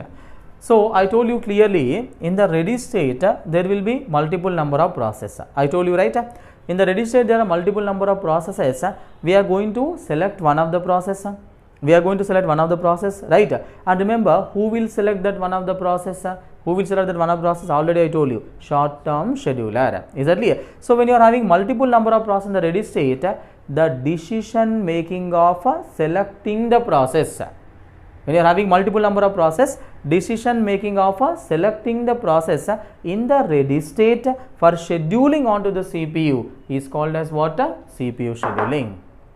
Decision making of selecting the process in the ready state for scheduling onto the CPU is called as what? CPU scheduling. Now remember, where you are applying the CPU scheduling, in which state you are applying CPU scheduling here? Ready state. Okay, copy this. Where you apply the CPU scheduling? In the ready state. And the next, who will apply the CPU scheduling? Okay, short term scheduler. Okay, short term scheduler will apply the CPU scheduling. Okay, so I am writing a proper process state diagram. So let's say new state.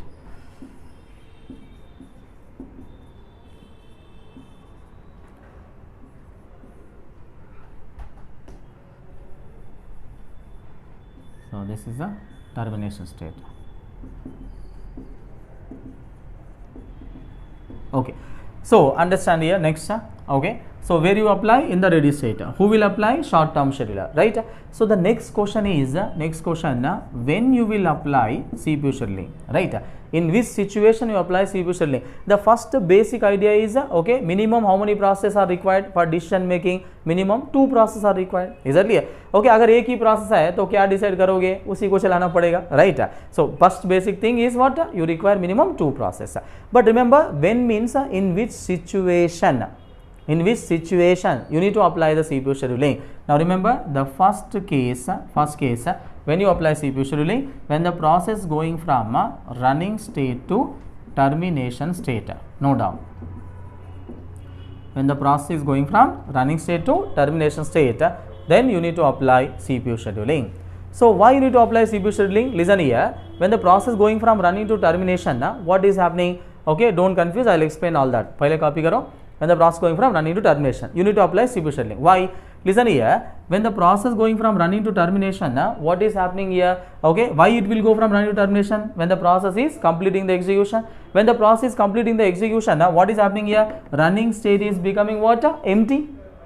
Yes or no? Simple, right? When the running state becomes empty, obviously you need to bring what? Some other process. When the running state is becoming empty, you need to bring some other process. If you want to bring some other process, you need to apply what? CPU scheduling. Is that clear? अगर कोई नया process को लाना है तो decide करना पड़ेगा, decision making करना पड़ेगा. डिसीजन मेकिंग करना है तो इसका मतलब you need to apply what? CPU scheduling. Next. Now when the process, same in the first case only, when the process going from running to wait state, so then also you need to apply CPU scheduling. Right? So why you need to apply CPU scheduling? Same case here also, right? Running to wait जब process जा रहा है तो इसका मतलब the process requires IO operation, it is going from running to wait. When the process going from running to wait, what is happening? Running state is becoming empty. When the running state becomes empty, obviously you need to bring what? Some other process. To bring some other process, you need to apply what? CPU scheduling. CPU scheduling करना है, मगर कहाँ पे करना है? Ready state में ही करना है. CPU scheduling कहाँ पे करोगे? Ready state में ही करोगे. Is that clear? Right. So next case is what? When the process going from running to ready state, then also you need to apply CPU scheduling. Now same case here also, when the process going from running to ready state, what is happening? Same thing here, running state is becoming empty. When the running state becomes empty, obviously you need to bring some other process. To bring some other process, you need to apply what? CPU scheduling. So the first case is very simple. Whenever the running state becomes empty, you need to apply what? CPU scheduling. And the next case, listen carefully. When the process is going from wait to ready state, so then also you need to apply CPU scheduling. Okay, listen carefully. Understand that? Okay, when the process going from wait to ready state, then also you need to apply CPU scheduling. Why? Okay, listen carefully. Let us say in the running state you are having low priority process. Listen carefully. In the running state you are having what? Low priority process, and the process which is coming from wait to ready. The process which is coming from wait to ready. Why the process will go from wait to ready? When the process is completing its IO operation. So process which is coming from wait to ready, let us say this is having what? High priority process. So let's say this is having high priority process. Okay, when the process is coming from wait to ready, this is having what? High priority. Obviously, when the high priority process arrived into ready state, so you need to give preference to what? High priority process. So we are going to preempt the low priority process and schedule what? High priority process.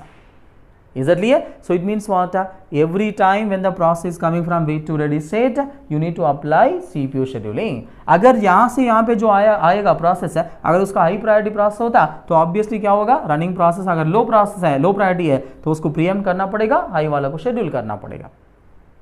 And next in the case, for example, अगर उल्टा होता मतलब क्या है? May be हो सकता है in the running state you are having high priority process and process which is coming from here to here, let us say this is having low priority process. Then what happens? See, remember, then also you apply CPU scheduling, but your decision is to continue with what? Same high priority process. Is the point clear? Decision is to continue with what? High priority process. Is that clear? So that you should remember. Okay. Right. So every time when the process okay going from wait to ready, then also you need to apply CPU scheduling. And the next case is when the process is going from new to ready state, new to ready state, then also you need to apply the CPU scheduling.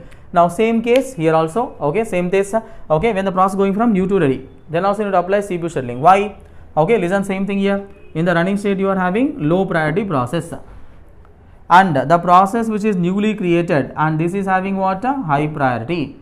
That is having high priority. Now it means what? Same thing, running process is low priority and process which is coming from new to ready, this having what? High priority. So in that case obviously क्या करना पड़ेगा? You need to preempt the low priority process and schedule what? High priority process. So it means every time when the process, new process is created, so then you are going to apply what? CPU scheduling. Is that clear? So these are the criteria where you apply CPU scheduling, ready state. Who will apply CPU scheduling? Short term scheduler. And when you apply CPU scheduling, 3 different cases. Is all the clear for you, right? Next see, okay, goal of the CPU scheduling. No doubt. When you are designing any CPU scheduling algorithm, what must be the goal you have to maintain?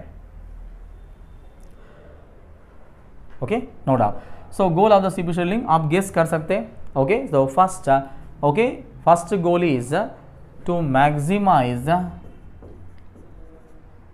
आप guess कर सकते हैं, to maximize the CPU utilization and throughput. To maximize CPU utilization and throughput of the system.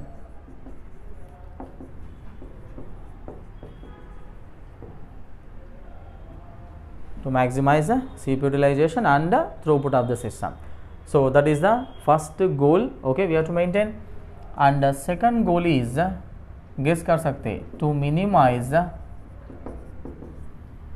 okay, to minimize average turnaround time, average turnaround time, average waiting time, and average response time of the processes.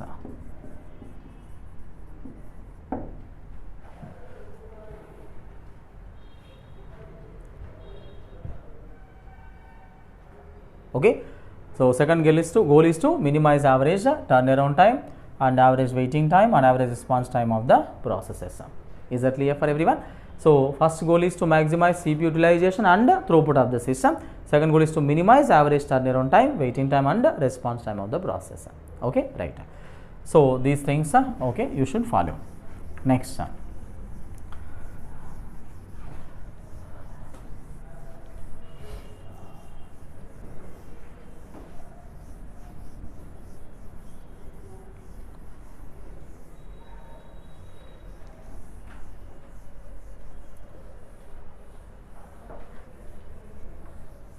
Okay, so next, okay, we are going to discuss the various CPU scheduling algorithms. So we'll discuss the extensive CPU scheduling, okay, from all the questions from low level to high level. So whenever I explain the question, so you have to watch properly, and whenever I give the question to you next, so copy the question and pause my video and solve it by yourself, and later I will show you again the solution. Okay, right? So the first CPU scheduling algorithm, okay, we study is okay, first come first serve. No doubt.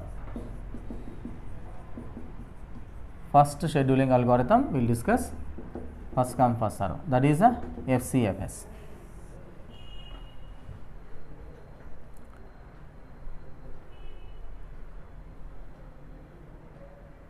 So first scheduling algorithm, that is first come first serve. Now understand here, so in every algorithm we will define two parameters.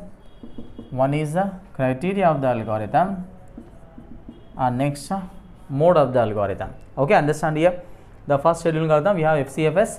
In every algorithm we define two parameters. One is the criteria and next is the mode. So criteria will tell you, okay, on what basis the algorithm will work, and mode will tell you whether algorithm is a preemptive or non-preemptive. Is that clear? Right. So when I say first come first serve, now tell me, think and tell me, first come first serve, simple, whichever the process comes first, that will be scheduled first. Now tell me, how do you know who is coming first? How do you know who is coming first? Based on the arrival time. Simple. Is that clear? Based on the arrival time. So no doubt, criteria in the algorithm is arrival time. So criteria in the algorithm is okay, arrival time. So इसका मतलब क्या होता है, what is this means? It means if more than one process, if more than one process is ready for execution, then decision making of selecting the process will be done based on the arrival time. Is that clear? Right. So next, coming to the mode FCFS, first come first serve. FCFS is preemptive or non-preemptive? That is a non-preemptive scheduling. Okay, non-preemptive scheduling algorithm. Okay, so non-preemptive means, you know what is the meaning of non-preemptive. Okay, so let's say you are having ready state here and you are having running state here. Non-preemptive means what? Okay, once you schedule the process, you are going to complete the total execution. Is that clear? That is the meaning of non-preemptive. So once you schedule the process, you are going to execute the total complete execution of process. You are not going to preempt in between. So that is the meaning of non-preemptive. Right. Okay. So let's see the first question. First question I will explain, and the next questions you are going to solve. So note down the first question. So let's say process number, arrival time, okay, bus time.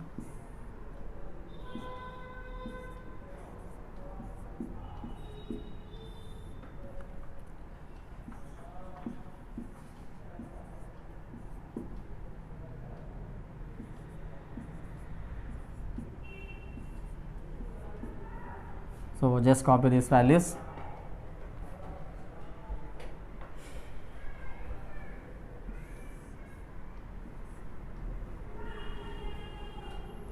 Okay, now understand here.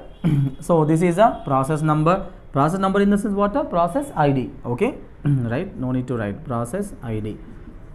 Okay, process ID. So AT means what? Arrival time. So arrival time. So BT means what? Bus time. So all of you know this already, so no need to write. Okay, so it means what? Okay, these are process number. Okay, the process ID. Okay, P1, P2, P3, P4, P5, and arrival times 0. Okay, 1, 2, 3, 4. It means P1 is arriving at the time 0. P2 is coming at the, okay, arriving at the time 1. Okay, these are the arrival times, and these are the bus time. Bus time means what? How much time it is required for the execution. So P1 requires how much time here? 2 units of time, and P2 requires how much time here for execution? 3 units of time. So in the question, what you need to find out? So you need to find out, okay, average turnaround time of the processes, and next average waiting time of the process. So this is what you need to find out, average turnaround time and average waiting time. So how you will find out? You know the formulas already, so I am just writing, okay, just for the reference. Turnaround time formula is what? Completion time minus arrival time, and waiting time formula is the turnaround time minus bus time. Okay, so this is the formulas you have. Okay, right. So now first question I will explain. Okay, just listen properly. Later you can copy. And next question onwards you are going to solve. Now remember, आपको, okay, you need to find out average turnaround time and waiting time. So to solve the problem, we are going to draw. Okay, listen carefully. We are going to draw something called Gantt chart. Okay, this is called as a Gantt chart. Okay, so in the Gantt chart, okay, we are going to specify. In the Gantt chart, you specify in which order processes are scheduled. In the Gantt chart, you specify in which order processes are scheduled. Okay. Now remember, when the time always starts at what? 0. Clock time, when the CPU's time is there, CPU time always starts at what? 0. Even our time also, okay, time, midnight time always starts what? 00 hours. Time means always starts at 0. Is that clear? So listen carefully. Time always starts at 0. At the time 0, you have to check very clearly which process is available in the ready state. At the time 0, time always starts at 0. At the time 0, which process is available in the ready state? Look at the arrival times. Only P1 is available. Okay, we got here. Time 0 पे only P1 is available. P2 क्या time पे आ रहा है? 1 पे आ रहा है. So time P2 is not available in the ready state now. At the time 0, only P1 is there. So only P1 is there. So then there is no confusion. Directly you have to schedule what? Process P1 only. So now we are scheduling the process P1 here.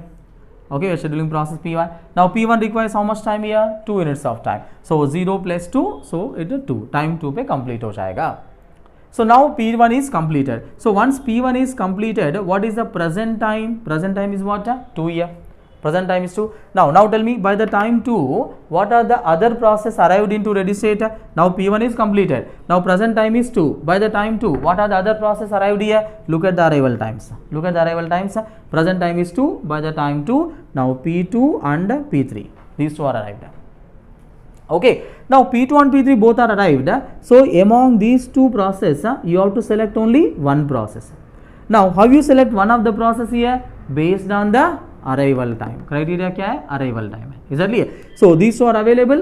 Among the available process, you select one of them. How you select? Based on the arrival time. So this coming at the time 1, this coming at the time 2. So which one you select now? P2. Is that clear? So take the P2 next. Remember, you are scheduling according to the arrival time. First come, first serve. Is that clear? So next, P2 requires how much time here? 3. So 3 units of time, okay, for the execution. So 2 plus 3, how much is that? 5. So now P2 completed the execution. Now once P2 completed, present time is how much here? 5. Present time is 5. By the time 5, if you observe, all the other process arrived here. P4 is also arrived and P5 also arrived. Now what is available here? 3, 4, 5. All these 3 are available. So among the available, you select one of them. How you select one of them? Same, based on the arrival time. So among these 3, who is coming first? Okay, that is the P3 is coming first. Look at it, it's coming at time 2, coming at time 3, coming at time 4. So next you take what? P3. So take the P3 next. Okay. So now P3 requires how much time here? 5. So that is the 5 plus 5. How much is that? 10. Okay, right. Next, now P3 completed, and next you are having P4 and P5. Okay, among these two, which one you select now? P4. So take the P4 next. Now P4 requires how much time here? 6. So 10 plus 6, that is 16. And the last one is your P5. P5 you have to schedule. So P5 requires how much time here? 4. So 16 plus 4, that is how much here? 20. Is that clear? So this is how, okay, you have to schedule the processes. Okay. Now next, in the question, what is asking? Turnaround time, average turnaround time, average waiting time. So if you want to find out the turnaround time, what is required? Completion time required. So you have to make the column, okay, proper column for completion time here, and next turnaround time, and next waiting time. Okay. So make the proper columns like this. Okay, right. Now tell me completion time. Completion time definition already I told you. Okay, the time when the process is completing its total execution, that is a completion time, right? So now understand here. So at what time the P1 is completing? P1 completion time is what? 2. So P1 completion time 2, and the P2 completion time 5, and the P3 completion time 10, and P4 completion time 16, and P5 completion time 20. Okay, listen first. And next, turnaround time, now you can find out. Okay, you know the formula already. Turnaround time formula is what? Completion time minus arrival time. देखो completion time आपके पास है, arrival time आपके पास है. So find out turnaround time. So 2 minus 0, that is 2. 5 minus 1, that is 4. 10 minus 2, that is 8. 16 minus 3, so that is 13. 20 minus 4, that is 16.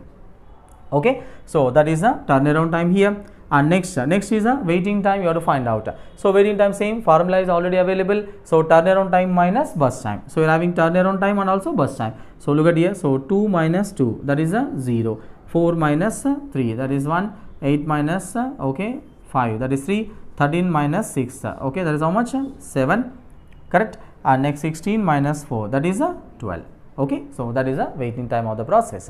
So in the question is asking what? Average. Average is asking. So क्या करना पड़ेगा? You have to make the addition of all this. So you have to make all the addition properly, and okay, addition properly, and divided by what? Number of processes. Is that clear? So copy this, and tell me what is the addition of all this. Copy करो. I will wait 1 minute. Fast.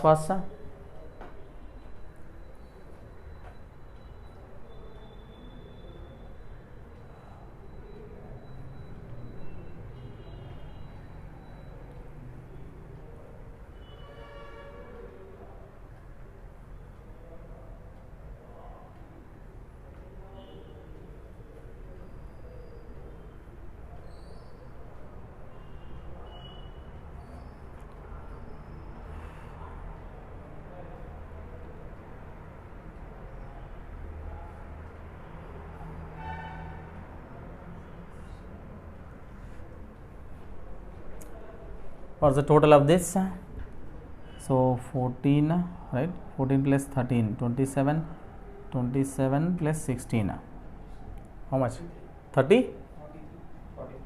43. This is 43. And this one, so 10, 22, 23. Correct? Right, 11, right? So 11 plus 12, 23, right? So average turnaround time, so this is okay, total is 43 and this total is 23. So average is asking, so you have to divide by what? Number of process, is that clear? So total of that divided by number of process. How many processes are there here? 5. So that is 43 divided by 5 and this is 23 divided by 5. Okay. So 43 divided by 5. So how much is this? 8.6, correct? And this is 4.6. Is that clear? So up to 2 decimals you need to specify. So 8.60 and 4.60. Okay. So this is how you need to solve the problem. Right? So question looks simple, but important thing is the calculation. If you do simple mistake in the calculation, you get the negative marks. Okay. Don't worry, how simple it is, you will understand with the next questions. Is that clear? This is a basic easy question. So next question you will understand. Right? Is it clear for everyone? Right? So if you want to copy, you can just pause the video and copy this properly. Right? Okay. So note down the next question. Next question you are going to solve.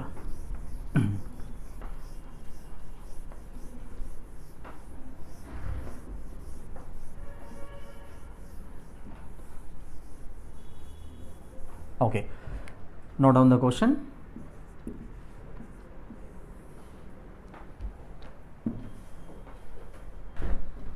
Oh, sorry.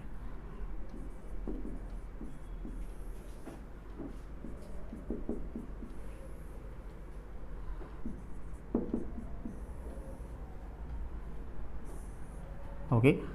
So copy this.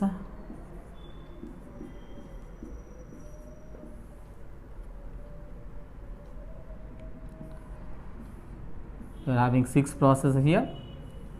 So average निकालना है तो 6 पास है तो divided by 6 करना है, right?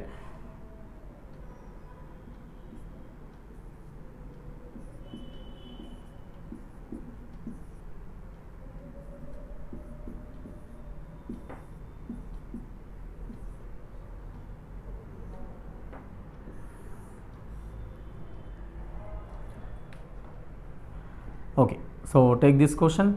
Same, find out average turnaround time and waiting time. So look at the arrival times carefully and also the bus times. So copy the question carefully. Okay, same, you have to find out average turnaround time and waiting time. You have to find out average turnaround time and waiting time. So pause my video and solve it. Okay, don't look at my solution immediately. So pause my video, completely solve. Okay, generally after division is there or anything, okay division है, थोड़ा division हम लोग कर लेंगे बाद में, ऐसा मत करो. Okay, right? So पूरा solve करने के बाद ही okay मेरा solution देखना है. Okay, right? Okay, अगर आप ऐसा division नहीं कर रहे तो मैं भी बोलूँगा division करके डाल लो, मैं भी नहीं करूँगा. Right?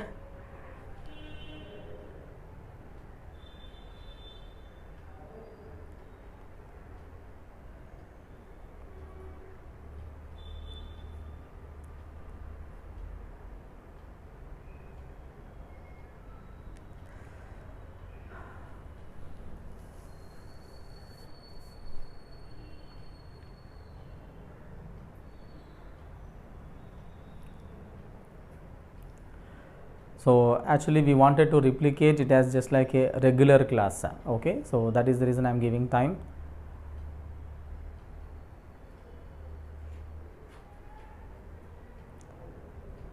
Just feel like you are sitting in a class.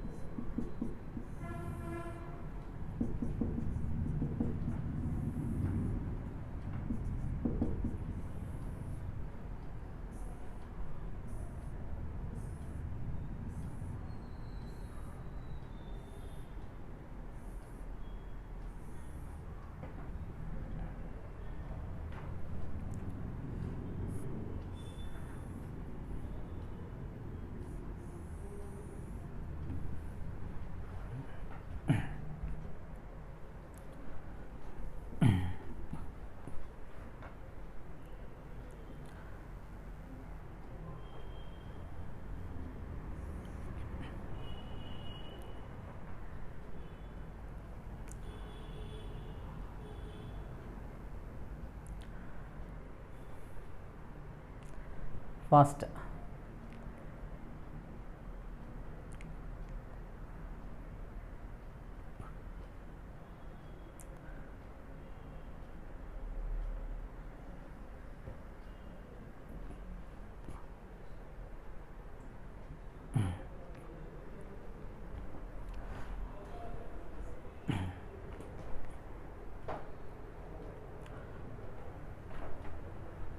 Okay.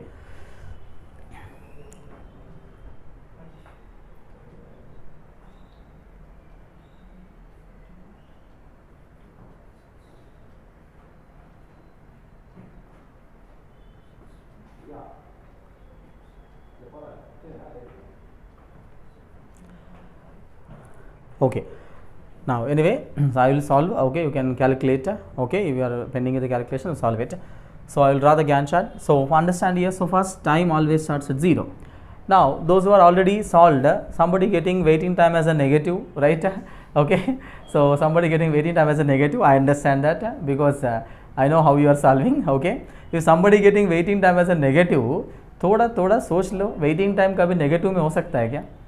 Obviously it is not possible. You cannot have waiting time in the negative. If you are getting waiting time as a negative, it means you are doing wrong. Exactly. Waiting time cannot be in the negative, right? So time always starts at 0. Okay, don't worry. Listen here. So I said clearly, okay, criteria is arrival time. So you have to check very clearly at the time 0 which process is available. Listen here. At the time 0, is there any process available here in the ready state? Look at the arrival times properly here. Okay, there is no process available in the ready state. So at the time 0, there is no process available in the ready state. So it means 0 to 1. Okay, 0 to 1, there is no process available in the system. It means 0 to 1, the CPU will be idle. Okay, because there is no process available, so CPU will be idle. So somebody started directly at the time 0, somebody started with the P1. Okay कुछ लोग तो ऐसे ही time 0 पे P1 start किया. P1 अगर आप start किया, थोड़ा सोचो P1 क्या टाइम पे आ रहा है? 6 पे आ रहा है. P1 आ रहा है टाइम 6 पे, अगर आप चला रहे हैं 0 पे, इसका मतलब क्या होता है? प्रोसेस आने से पहले उसको चला रहे हो. इजरली ऐसा हो सकता है क्या? नहीं होगा. And next somebody started time 0 पे, कुछ लोग P4 चाल किया. P4 क्या टाइम पे आ रहा है? देखो यहाँ पे टाइम 1 पे आ रहा है. थोड़ा सोचो. राइट P4 आ रहा है टाइम 1 पे. अगर आप टाइम 0 पे अगर उसको चलाया तो इसका मतलब क्या होता है? वो आ रहे हैं ओके 1 पे, आप चला रहे हैं 0 पे, इसका मतलब वो आने से पहले उसको चला रहे हो. Easily so before it is arriving into ready state you are executing that. Is that really practically possible? Not possible. Okay, so listen carefully. So now understand here. So time 1, okay, so P4 is coming at the time 1. So first you have to start with what? P4 first. Is that clear? So that is at the time 1. So P4 requires how much time here? 3. So it will complete at what time? 1 plus 3. How much is that? 4. Don't make simple calculation mistakes. Okay, 4. Now present time is 4. By the time 4, what are the other process coming here? Look at here. Present time is 4. By the time 4, what is the other process coming here? Look at the arrival times here. Time 4 तक नया process कौन आया? देखो P5 आया, P6 आया and P2 आया. Is that clear? So look at here. So P5 coming at the time 2, it's coming at time 3, it's coming at time 4. Okay. So these 3 are available now in the system. So among the available process, which one you take now? Same based on the arrival time. Criteria is arrival time. So among these 3 process, which one you take now? Okay. So P5, because P5 coming first. So take the P5 next. Okay. Take the P5. So P5 requires how much time here? 4. So 4 plus 4, how much is that? 8. Okay. Now P4 is P5 is completed, right? So next, after that, present time is 8. By the time 8, if you observe, okay, P3 is also arrived and P1 is also arrived. Okay. So just execute according to the arrival time. That's all. Now next, after P5, who's the next process coming here? Okay, P6. Look at it, it's coming at the time 3. It's coming at time 4, time 5 and time 6. So next you take what? P6. So take the P6 next. Right. So P6 requires how much here? 6. So 8 plus 6, how much is that? 14. So now P6 completed the execution. Now tell me, so after that what is pending next? Okay, P2, P3 and P1. So next is okay, ये तीनों है. तीनों में कौन पहले आ रहा है? देखो ये 6 पे आया, ये 4 पे आया, ये 5 पे आया. So ये तीनों में कौन पहले आ रहे हैं? P2 आ रहा है. Arrival time देखो, arrival time. So that is your P2. So take the P2 next. Okay, very good. So P2 requires how much time here? P2 requires 5. So 14 plus 5, that is how much here? 19. So P2 completed the execution, and after that next P1 P3 दोनों आए. Okay, so दोनों में कौन पहले आया? P3. So take the P3 next. Now P3 requires how much time here? 8. So that is how much here? 27. Okay, correct. So right, 27. So now P3 completed, and the last one is what? P1. So P1 requires how much here? 9. So that is 36. Okay. So that is how, okay, the process complete the execution. Now you just fill the table here. So P1 completion time, okay, 36, and P2 completion time. So this one P2 completion time, that is 19, and P3 completion time 27, and P4 completion time 4. Okay, P5 completion time 8. Okay, and P6 completion time 14. Okay, so check properly, is that correct? Right. So next, now we can find out the turnaround time easily. So turnaround time formula, completion time minus arrival time. So now tell me, 36 minus 6, so that is 30, 19 minus 4, that is 15, 27 minus 5, 22, okay, 4 minus 1, that is 3, and 8 minus 2, that is 6, and 14 minus 3, that is 11, correct?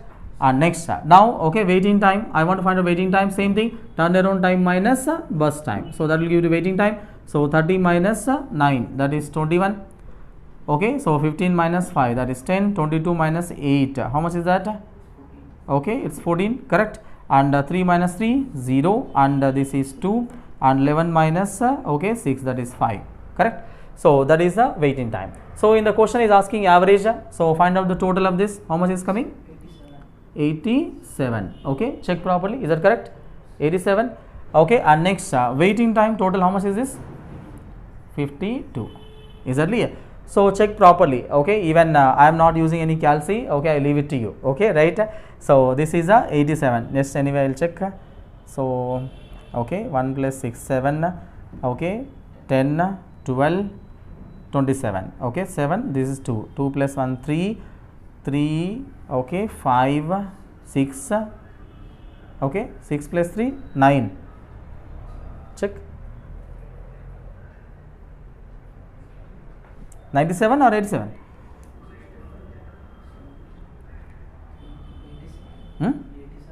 87 only?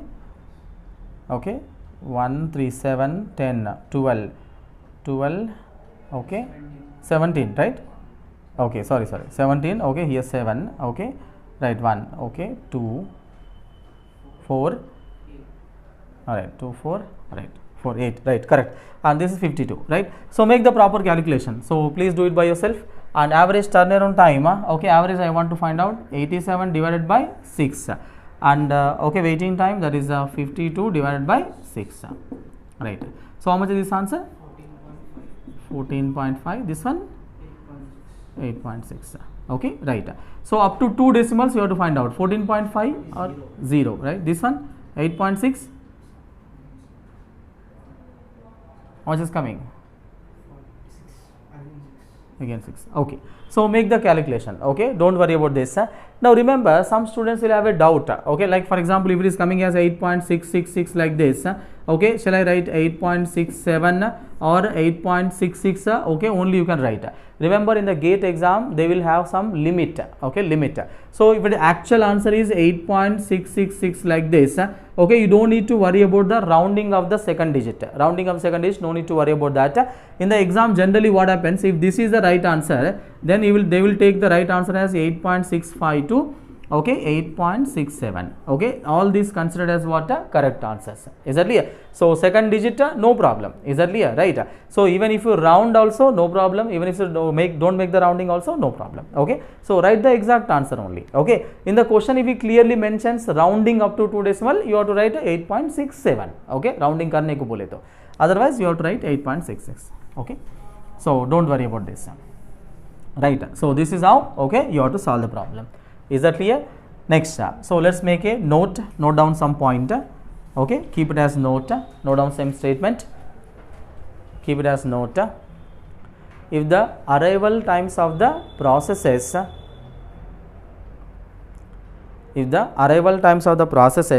are matching, then schedule the process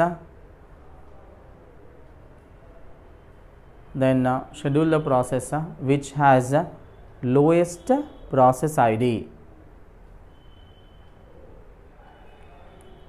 Schedule the process which has a lowest process ID. Okay. So if the arrival times of the process are matching, then schedule the process which has lowest process ID. Okay. So इसका मतलब क्या है, अगर दोनों process का okay arrival time match हुआ, like for example listen here, so this is okay here, let's say this is a 4 here, so this also having 4 arrival time, this also having 4 arrival time. So when the arrival times are matching here, which one you schedule first, which is having lowest process ID, so किसको चलाओगे आप, P2 चलाओगे. Is that clear, right? So you need to apply that. You need to apply that point in the next question. Okay. Note down the next question and try to solve. So check yourself how many questions you are making correct. Okay. How many questions I am teaching and how many questions you are making correct. Because every question will have its own logic and concept. Every question will have its own logic and concept. It cannot be like just like same type of question. Okay. Understand that also. Note down the next question and solve it by yourself. And follow that note. If the arrival times are matching, schedule the process which has lowest arrival time, process ID. Copy this question.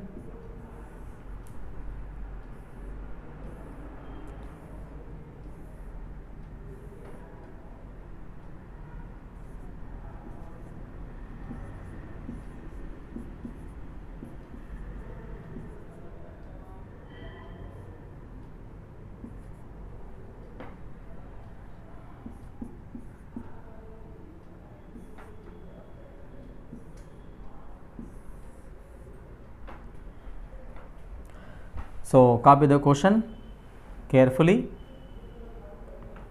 and try to solve it. So you can pause the video, okay, when you are solving. I'll wait 2 minutes.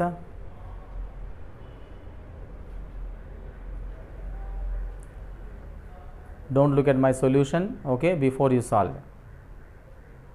Okay, last में थोड़ा division बचा है, okay, देख लेते sir का क्या होगा, okay हमारा क्या होगा, ऐसा मत करो. ओके अगर ऐसा करोगे तो मैं भी डिवीज़न छोड़ दूंगा तुम्हारे लिए. I told already you have to be very serious, sincere, dedicated and all that.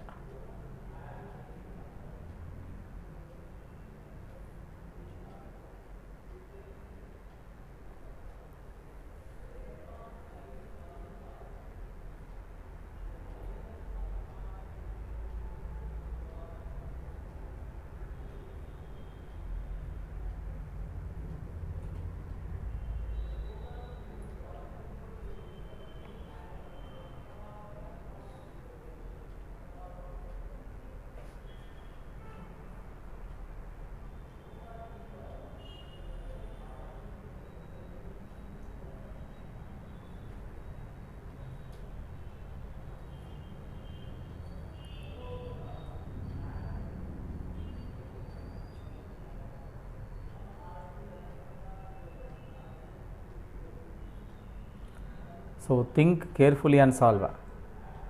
If you solve it blindly, you get wrong answer. Every question will have some kind of trick, logic and all that.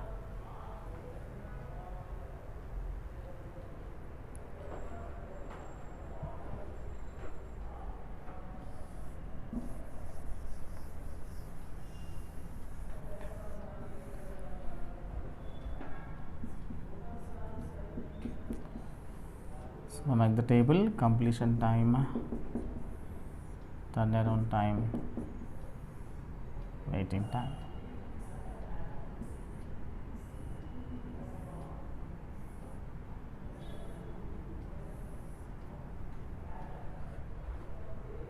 Okay.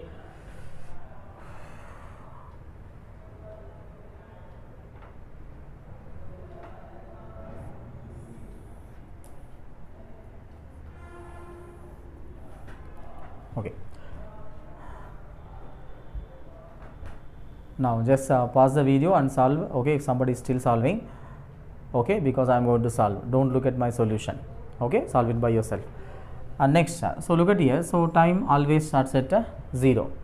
Time always starts at 0. Okay, at the time 0, okay, do you have any process available in the ready state here? Okay, no, there is no process available. So it means what? 0 to 2 CPU will be idle. 0 to 2 CPU will be idle, right? There is no process available. At the time 2, which process is available? Only P4 is there. So very good. So only P4 is there. So take the P4 next. Now, okay, so P4 requires how much time here? 3. So it will complete at what time here? 5. 2 plus 3, that is 5. Now, by the time 5, now present time is 5. By the time 5, if you observe, P6 is also arrived and P1 is also arrived, correct? So when both are arrived, so arrival times of both of them are what? Matching. So if the arrival times of both of them are matching, what do you follow? Okay, process ID, lowest process ID. So which one you take now next? P1, because having process ID 1, this having process ID 6. So you take the P1 next. So take the P1 here. Okay, so P1 requires how much time here? 2. So 2, okay, 5 plus 2, that is 7. And the next, which one you take now? P6. P6 already available. So take the P6. Now P6 requires 1, 8. Okay. Now, okay, most of the students are doing mistake here. Now listen carefully. Present time is 8. Most of you doing mistake here. Present time is 8. By the time 8, is there any other process available in the ready state? Okay, observe arrival times carefully. Present time is 8. You have to observe carefully. What is present time? What is arrival time? पूरा अच्छे से देखना पड़ेगा. Present time 8 है. P2 क्या time पे आ रहा है बताओ? 9 पे आ रहा है. It's coming at the 9. So somebody started directly here P2. Okay, somebody started P2 here. If somebody started P2 directly here, that's absolutely wrong. Okay, present time is 8. P2 coming at what time here? 9. अगर वो 9 पे आ रहा है, आप 8 पे चला रहे हैं, तो इसका मतलब क्या होता है? सेम, वो आने से पहले आप उसको चला रहे हो. Is that possible? Right? Not possible. Don't make me angry. Okay, right? So now look at here. So again 8 to 9, the CPU becomes idle. Okay, CPU becomes idle. So next, at the time 9, now which process is there? P2 is available. So next, take the P2 here. Okay, so P2 requires how much time here? 4. So that is 9 plus 4, how much? 13. Right? Now P2 completed. Now present time is how much here? 13.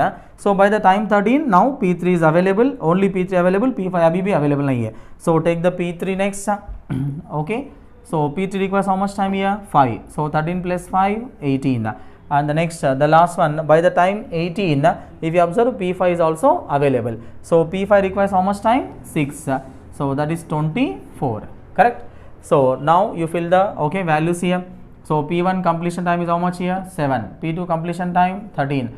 P3 18. Okay. P4 5. So okay, last one is P5. Sorry. So it's a printing mistake. Okay. Sometimes happens, right? Okay, fine. So that is a P4 completion time is 5 and P5 completion time 24. Okay, please check properly. And P6 completion time 8. Okay. So now we can find out turnaround time here, completion time minus arrival time. So 7 minus 3, that is 4, and this is 4 only, correct? 13 minus 9. Okay, so 18 minus 12, that is 6. So this is 3, and this is how much here? 9, and this is 5, correct? 8 minus 5.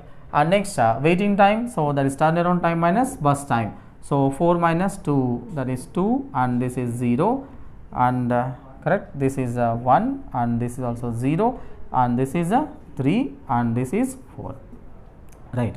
So what's the total of this turnaround time?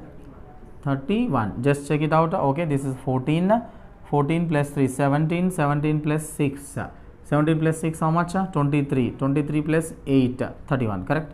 So next this how much? 10. Okay, so 7, 8, 10, right? So now we can find out the answer. Okay, this is 31 divided by 6, correct? And this is 10 divided by 6. Is that clear? So find out the answer. This is how much here? 5.16. This one 1.66. Okay, right? So this is how, okay, you have to solve the answer. Is that clear? So don't make mistakes in the calculations, especially when you are doing this, because in the GATE exam you are having numerical type questions. Numerical type questions mean just like a fill in the blanks. Is that clear? So you have to type that answer. It's just like a fill in the blanks. No options will be given to you for some questions. Is that clear? Don't worry. Is that clear? Not all questions. Some questions will have fill in the blanks type. So you have to type the answer. 5.66 you have to type. 5.16 you have to type.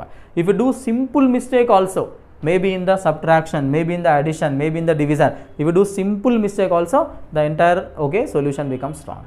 Is that clear? So be careful while solving the questions. Right. So hope this is clear. Next, so let's move on to the next question. Okay, we have one more point to be discussed in this. So we'll discuss that and we can finish up the first come first serve. Okay. Note down the next question. So let's say copy this process number, arrival time, so bus time,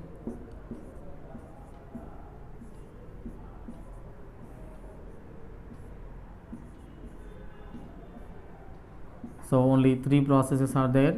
Just find out only average waiting time of the process in this. So same thing here also, process number, arrival time, bus time. So 1 2 3, so 0 1 2 and this is 1 1 20.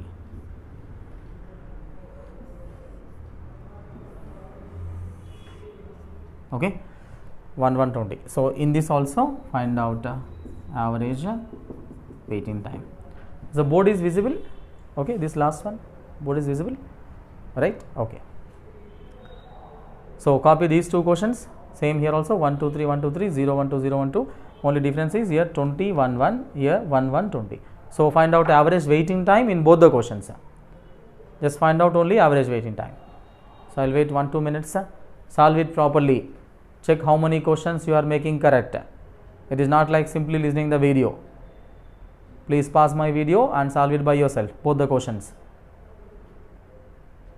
I want 100% right answer.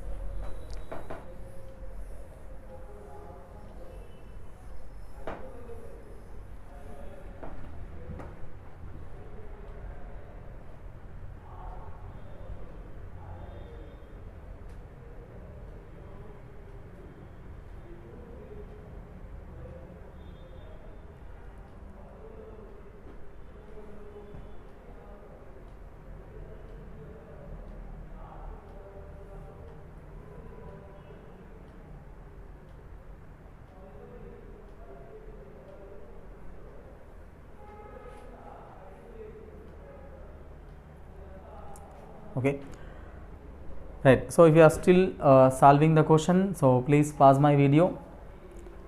Don't look at the solution. So anyway, I am not going to do the solution also. I will write the answer.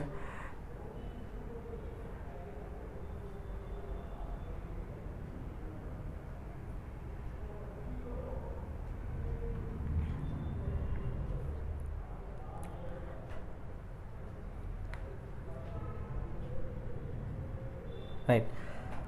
So I think answer for the first one is so 12.66. Let's check. 13? Huh? 12.66. Average waiting time. Okay, not the turnaround time. No, 12.66 is right. Okay. And next average waiting time for the second one is 0. Check properly how many questions you are solving correct. That is also important. Simple mathematics. There is no integration differentiation here. If it is an integration differentiation like mechanical civil, what you will do I don't understand. Addition करने में बहुत परेशान हो रहे सब लोग.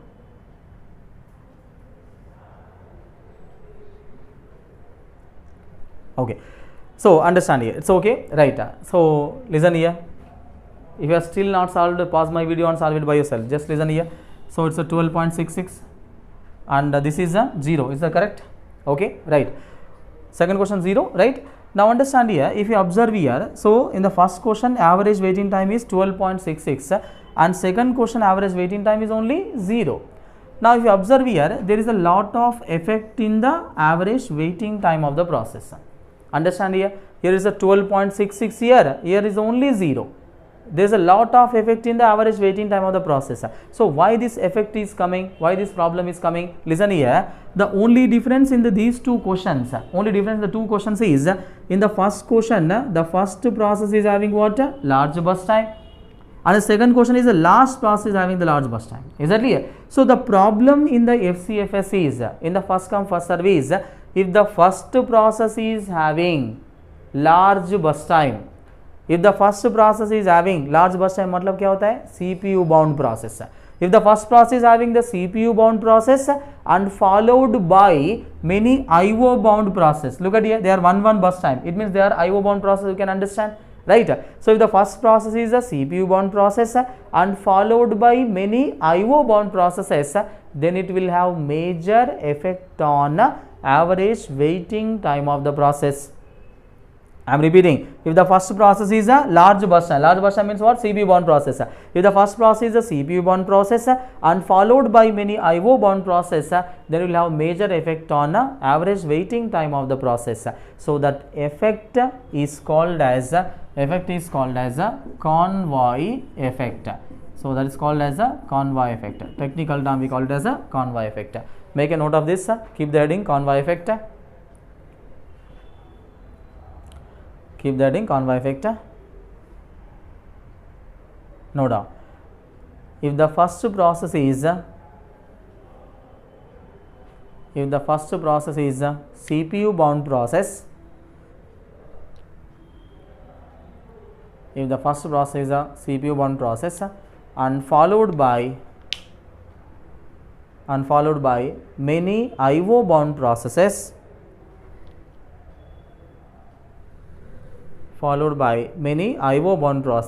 then it will have a major effect on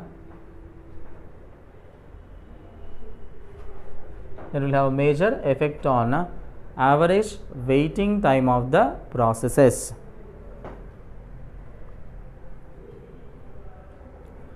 It will have major effect on average waiting time of the processes.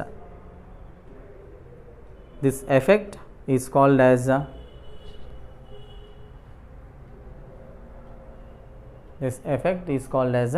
convoy effect.